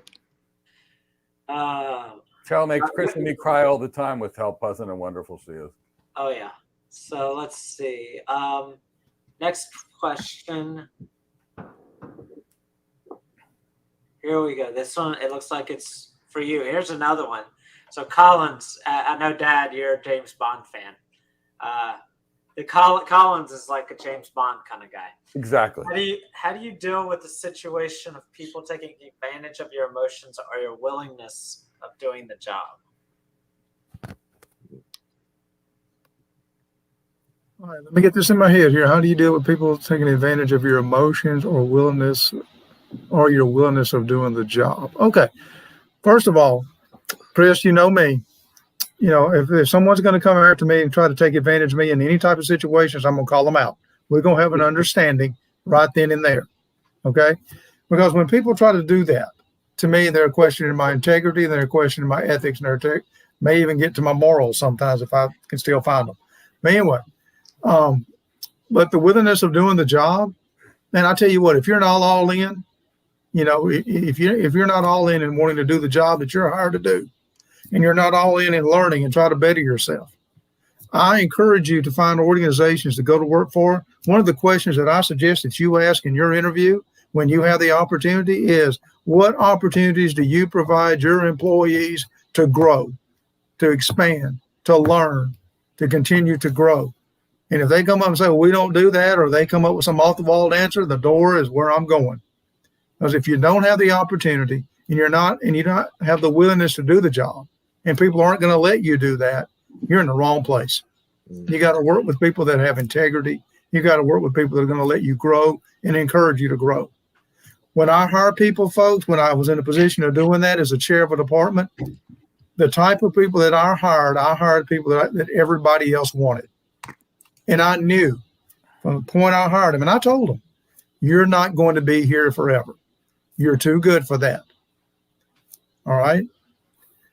And I also told them, I said, when it gets time, when you get ready to go, all you got to do is come tell me. I will help you to move forward. All right. So we had an understanding between each other, the honesty, the trustworthiness, and so forth. Dr. Long came to me and she says, okay, it's time for me to go. She left, but guess what she did? She reached back and got the old guy. And she brought him up there. What she didn't tell me was that there was a scheme and a plan to make me chair of the department. I already done that 11 years. I was ready just to coast on out. Even I did that one coming from a mile away. Yeah, I'm sure you did, but I was stupid. But 5 years of that. But folks, don't let anybody take advantage of your emotions. Keep your emotions in check. When they try to do that, as long as you don't get emotional, you won the war. Yep. Forget the battle. You've won the war. Okay? I'll let Dr. Long, if she's got anything to add. If not, she can probably tell me to go take a nap. I don't know. Well, when I read this question, I think I saw it a little differently than you. But how do you deal with a situation of people taking advantage of your emotions or your willingness to do the job? And the willingness to do your job, I saw as somebody taking advantage of you being good at your job and wanting to add their workload onto you, or ask you to do more and more and more until you're overworked. So if that's the type of question that was being asked, you do have to have boundaries. You do have to be clear on what you can do and can't do. And hopefully you have a good system in place where you have managers and bosses that are going to support you and understand that there's only so much you can do. But sometimes it's your bosses or your managers that are adding more to your workload. At that point in time, you're really just trying to maintain your own sanity. Sometimes you have to go find another job because if you cannot handle the workload that they're adding to you, that's a big problem with organizations. I know in higher education, one of the things that we see is that when there's time or when there's crunches on the budget, they will not hire when people leave. And so the people that are left kind of get more put on them over time as a result of this whole, we're not going to fill that position aspect of it. And so you can get overworked. You want to take mental health days. You want to make sure that you are doing what you can to keep yourself healthy, both physically and mentally, so that you can handle situations. It's really difficult to put your emotions aside when you are not getting enough sleep, you're not eating well, you're physically exhausted, things like that. So you want to take care of yourself as much as you can. And then when people ask you if they don't have the authority or power to make you do something, you have the right to say no. And that's the problem with, I know in a lot of cultures with women, we're not taught to say the word no enough. And that would be one of the ways that you can learn to say no is when somebody says, hey, can you help me out with this project? It could be, I really don't have time right now, or I've got a lot on my plate right now. The best I can do is see you in a week and maybe I can revisit it then. You don't always have to use the word no, but you can in ways let them know that your priorities are otherwise and that you cannot address all of their needs along with what you already have on your plate. And I'll add one thing, Collins, because I know you, 007. Many people confuse nice with stupid and a pushover. So you can make it clear at some point that you are nice, that you tremendously care, but you're not going to be taken advantage of in a respectful, clean sort of way. And Collins, there's a reason I call you 007. You can do it with your likability and factors, because I'm soft and cuddly, but now I can't be as much as I would like to be. Chris and Elonzo know my real personality, which is soft and cuddly, but I've had to work hard to be taken seriously. So I know we're getting long here, so I'm going to just go through we'll get through a few more questions here, and then we'll start to wrap it up. And for career stuff we can do in the morning. Right, that's what I was going to say. But if you've got career-related questions about training, career development, career planning, paths, everything like that, remember to join us tomorrow at 10 a.m. Eastern Time. I'll put Leo, if you're listening, can you put the link back in the chat box again? But that's for anybody that's got a cloud career, cloud training question. Definitely join us tomorrow. So Angelo asked, body language changes with national culture, regional culture, national culture, where geographic culture, religion culture, I'm sure all kinds of cultures. I'm adding to what he says here, but he says national culture. How can we be effective communicators with diverse audiences? I'm going to defer to Dr. Long earlier, and Mike's putting that in there for Ken, who asked a question. I don't know why Cisco has me on the Hall of Fame as 7418. But Dr. Long, I'm going to tee it up for you. You specifically mentioned, I don't know, you didn't use the word maybe, but you basically said reconnaissance, research. And after this, because I want to help after Dr. Long. Right. We want to hear from Dr. Long, and then we'll hear from you, Mike. Okay. Well, when you have a diverse audience, you do have to be aware as much as possible. It's not always impossible to know everybody's background, but you want to be as aware as possible of the audience that you're going to speak to. Their national culture is usually a big part of that. And understanding the small nuances, body language is definitely one of them. You want to make sure that you are adhering to as many cultural norms as you can when you're talking to an international environment.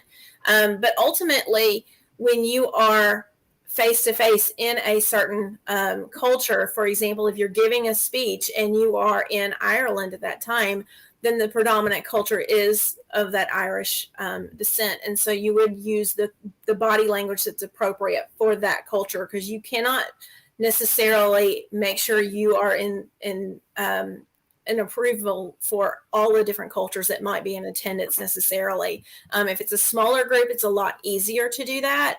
But if you're, for example, going to be a speaker and you're going to have hundreds or thousands in the audience, then you can't necessarily understand where all they're coming from. So ultimately, you want to make sure that you respect as many cultures as you can, especially the host culture and where you are. If you're going through negotiations and you're negotiating with a specific culture, it's a lot easier to understand that one culture. As far as body languages, you need to do your research. You need to understand any nonverbal cues, and body language being one of those nonverbal cues. But just something like we've been doing all night long is nodding our heads, whether or not that's appropriate to nod your head. Does that actually mean yes? And there's cultures out there where this means no and this means yes. There's also nonverbal cues like whether or not a thumbs up means a good thing or a bad thing. And so you have to know whether or not you can do those kind of nonverbal cues to let the audience know that everything is the same way for you that it is for them. So ultimately, it's going to be on you to do your research. Sometimes you can work with a team. If you work for an organization, they might give you some information, but you really don't want to embarrass yourself. So as much as you would trust that information coming in, you probably want to do a lot of the research on your own. And the ways you can do research is you can look at the internet and see what's information's out there. But if you have a personal contact that you can reach out to that is versed in that culture, they might have grown up in there, they might just have close contacts, they might have spent some time traveling in that area, ask them, because they're really going to be a wonderful resource to really give you that understanding and clarity on what's acceptable, what's not acceptable. And I'm going to add this, since I've worked in well over 50 countries and communicate and speak multiple language, Angela, 90% of body language is the same cross cultures. The stuff that happens automatically that people aren't aware of. A true smile where their face wrinkles with it, for example. You're going to determine when someone doesn't want to be there, their feet are going to point the door. If they're attracted to someone, their feet are going to point at you. If they're liking what they're hearing, their pupils are going to dilate. 90% of that is the same. Now, these are the things that are different. I brought an Italian friend to somebody in a Texan, and I told my Italian friend, watch what happens, because I knew what was going to happen. He was curious about American culture. He kept walking up to the person, and the Texan kept backing up. So personal space is different. Now, the OK symbol in the US, that will offend people in certain parts of Europe. You can't do that. So gestures change cross-culturally. Things like a yes or a no, which we can control, change cross-culturally. But other stuff, leaning in, sitting back, that's natural. The feet, the facial expressions, those kind of things, that's cross-cultural.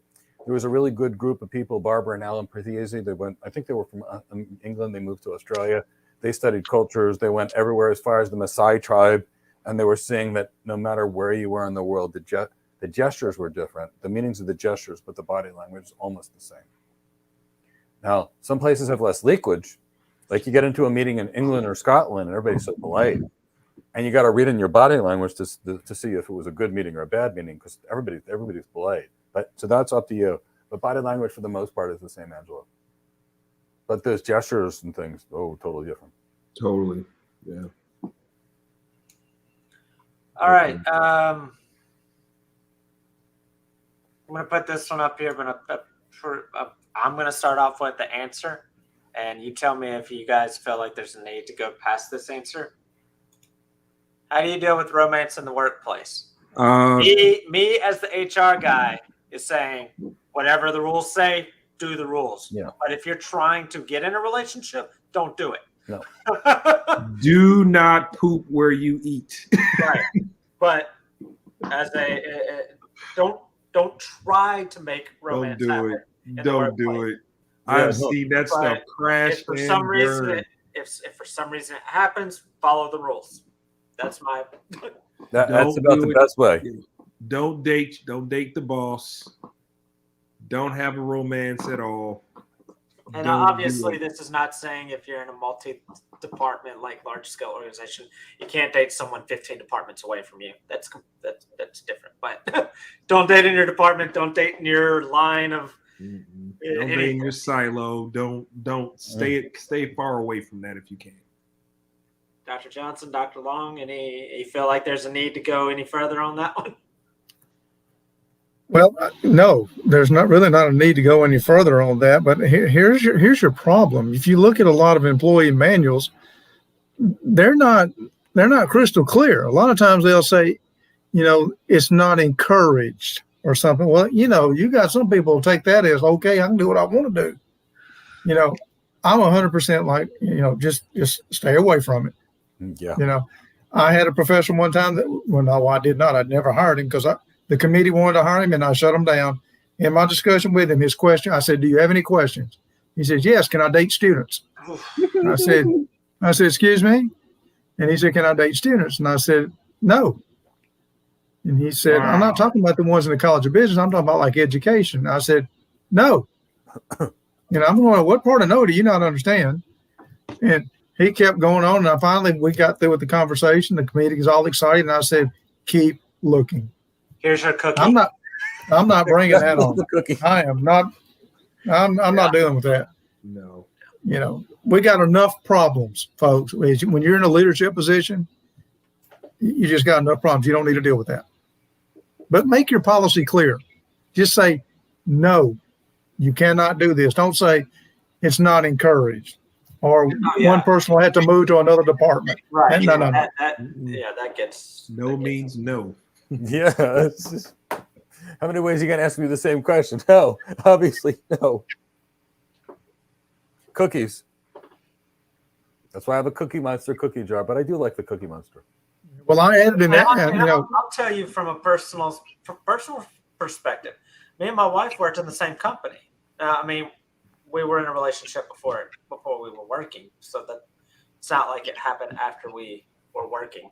But personally, you don't want to come home to work. It's just like, it's not like, and I'm sure Dr. Johnson can attest, if you got around us, all we talked about was work, probably until we realized that it was not, like, we're like, okay, all right, we gotta figure out how our life is not work. So from a personal standpoint, I don't, that's not fun.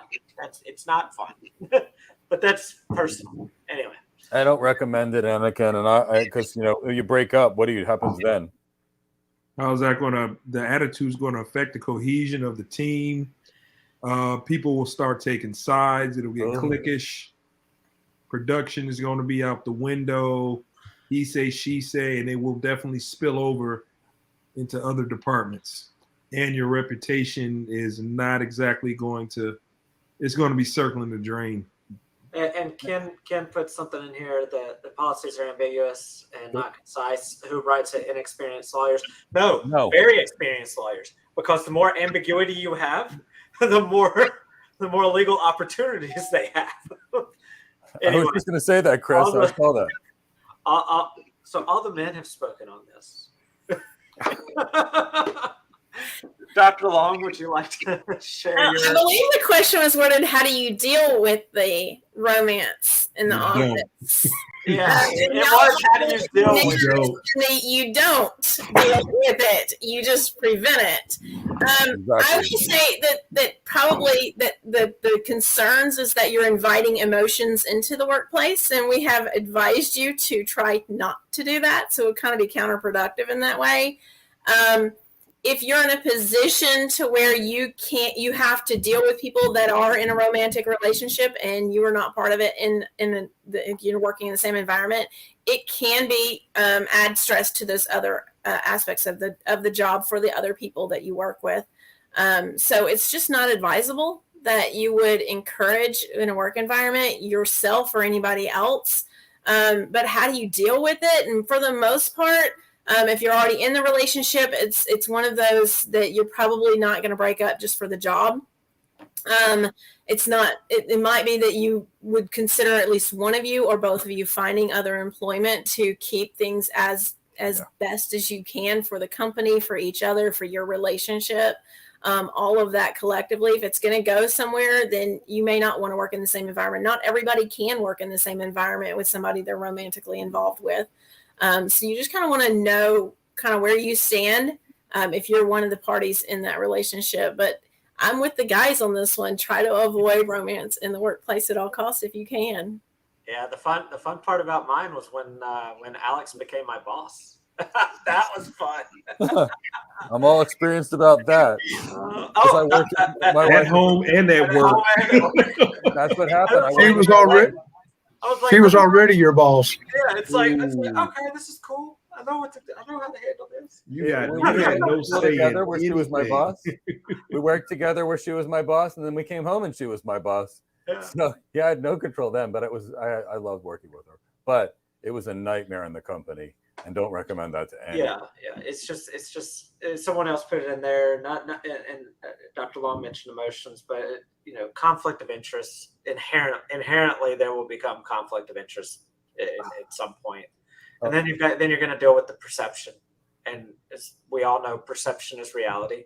So if you're the one that's not in the relationship and you're on the team, like Dr. Long mentioned, you're third wheel syndrome or 15th wheel syndrome. Everybody's going to look at the couple like, are they making things work for them, but not for everybody else? That type of situation.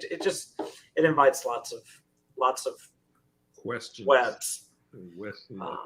So the last question so far is from Shameless.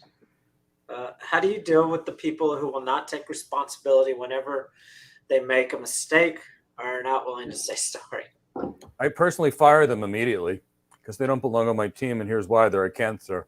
They're going to disrupt the morale of all the good people, and then I can't give work to people that I don't trust. So then my other people are going to get overloaded until they quit. I'm going to be stuck with bad people that I don't trust. So personally, I would fire them. So if it's your boss that does this, if it's your boss that does this, you got to do something. Either get a different boss, or you got to document things ahead of time and protect yourself. I've never had it with a manager per se. I've had it with peers. And for that was example, going to be my next one. How do you do it with a peer? I actually went on something which turned into a $1.1 billion deal, which I helped close. And the sales rep never went to the meeting. Now, it was really interesting because it was such a big deal. The sales rep took credit on the team meeting. Look at this huge deal that I closed. I was on an airplane. And he said, Mike didn't go with me. So my manager was in the meeting and he said, really? Because I met with Mike in San Francisco right after I met with the customer. I signed his success report, but I didn't see you. And then what happened is I went to the next meeting and I called him out in front of his boss. And I said, look, this person, I said, I want to know why you would say that I wasn't at a meeting when I was clearly at. Here's my expense report. Here's my hotel receipt. Here's the meeting that I had with my manager. And I would have been so happy to share the credit with you and say we did it together. Why did you say I wasn't there when you weren't there? It took him about 3 years to get to the same level that he was at. So stand up for yourself in a polite, clean, emotionally intelligent manner where you're not threatening, you're not angry, and you're aggressive. In fact, you may hear from one of these executives coming on my Zoom that actually was protecting me on this. But yeah, if they work for me, I'll fire them. If it's my boss, I'm going to get a new job instantly. And if it's peer, I'm going to address it. I'm not going to be a victim. So I'd like to hear anyone else's thoughts. Yeah. That's the last question we have. So if either of y'all want to share on that, and then we'll get to last thoughts and wrap it up.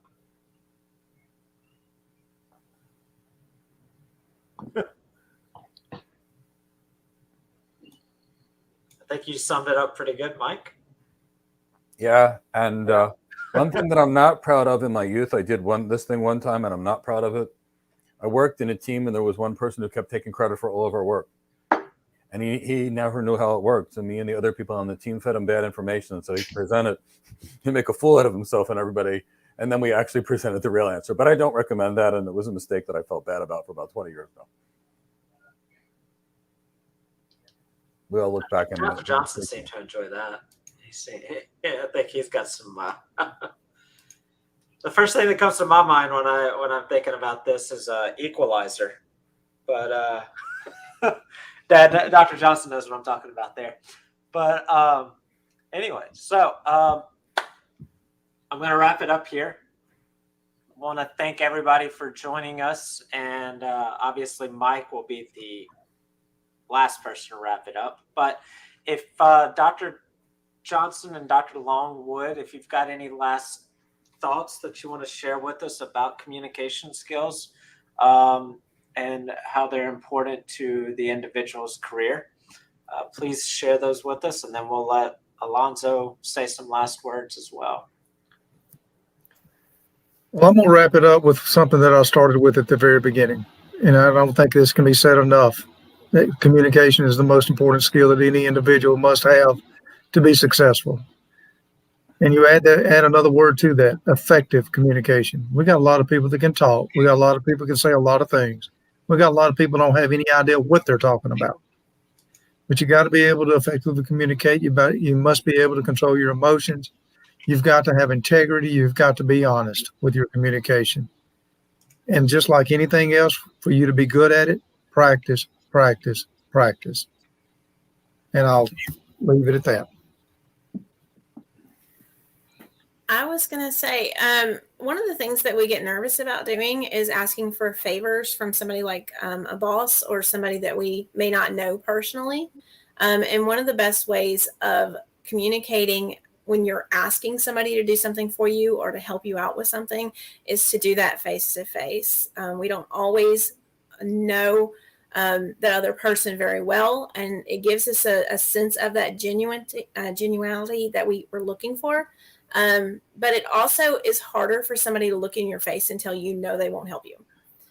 So being there and asking somebody, letting them see the emotion on your face that you are genuine and you need that help, you're more likely to get the answer that you desire when you ask somebody face to face. So, we can't discount the need for personal interaction and how that can be used more or less to your advantage. So just keep that in mind. If you ever need something, is just go and ask the person face to face. Phone calls where they can't see you, it's a lot easier to say no. Text messages are easy to reply to, say no. Emails, same way.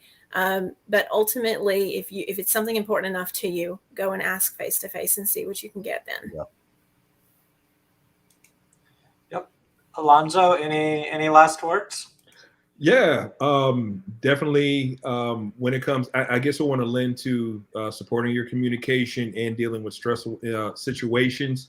Do some recon. If you have an opportunity to learn more about the situation, learn more about the person or whoever you're interviewing with or having a conversation with, try to get more backstory on who they are, what they know, how you can leverage that information about their background or anything else. Because when you walk into a situation of certainty as opposed to uncertainty, you will alleviate more of that stress. So try to do recon to help you substantiate and fortify your communication with anyone you're dealing with, whether it's a presentation, interview, or dealing with an uncomfortable situation that requires mandatory presence of you showcasing or sharing information about someone or how to de-escalate a situation. Bring your A game, and by doing that is by reconning. Get that information and use that as ammunition to strengthen your position.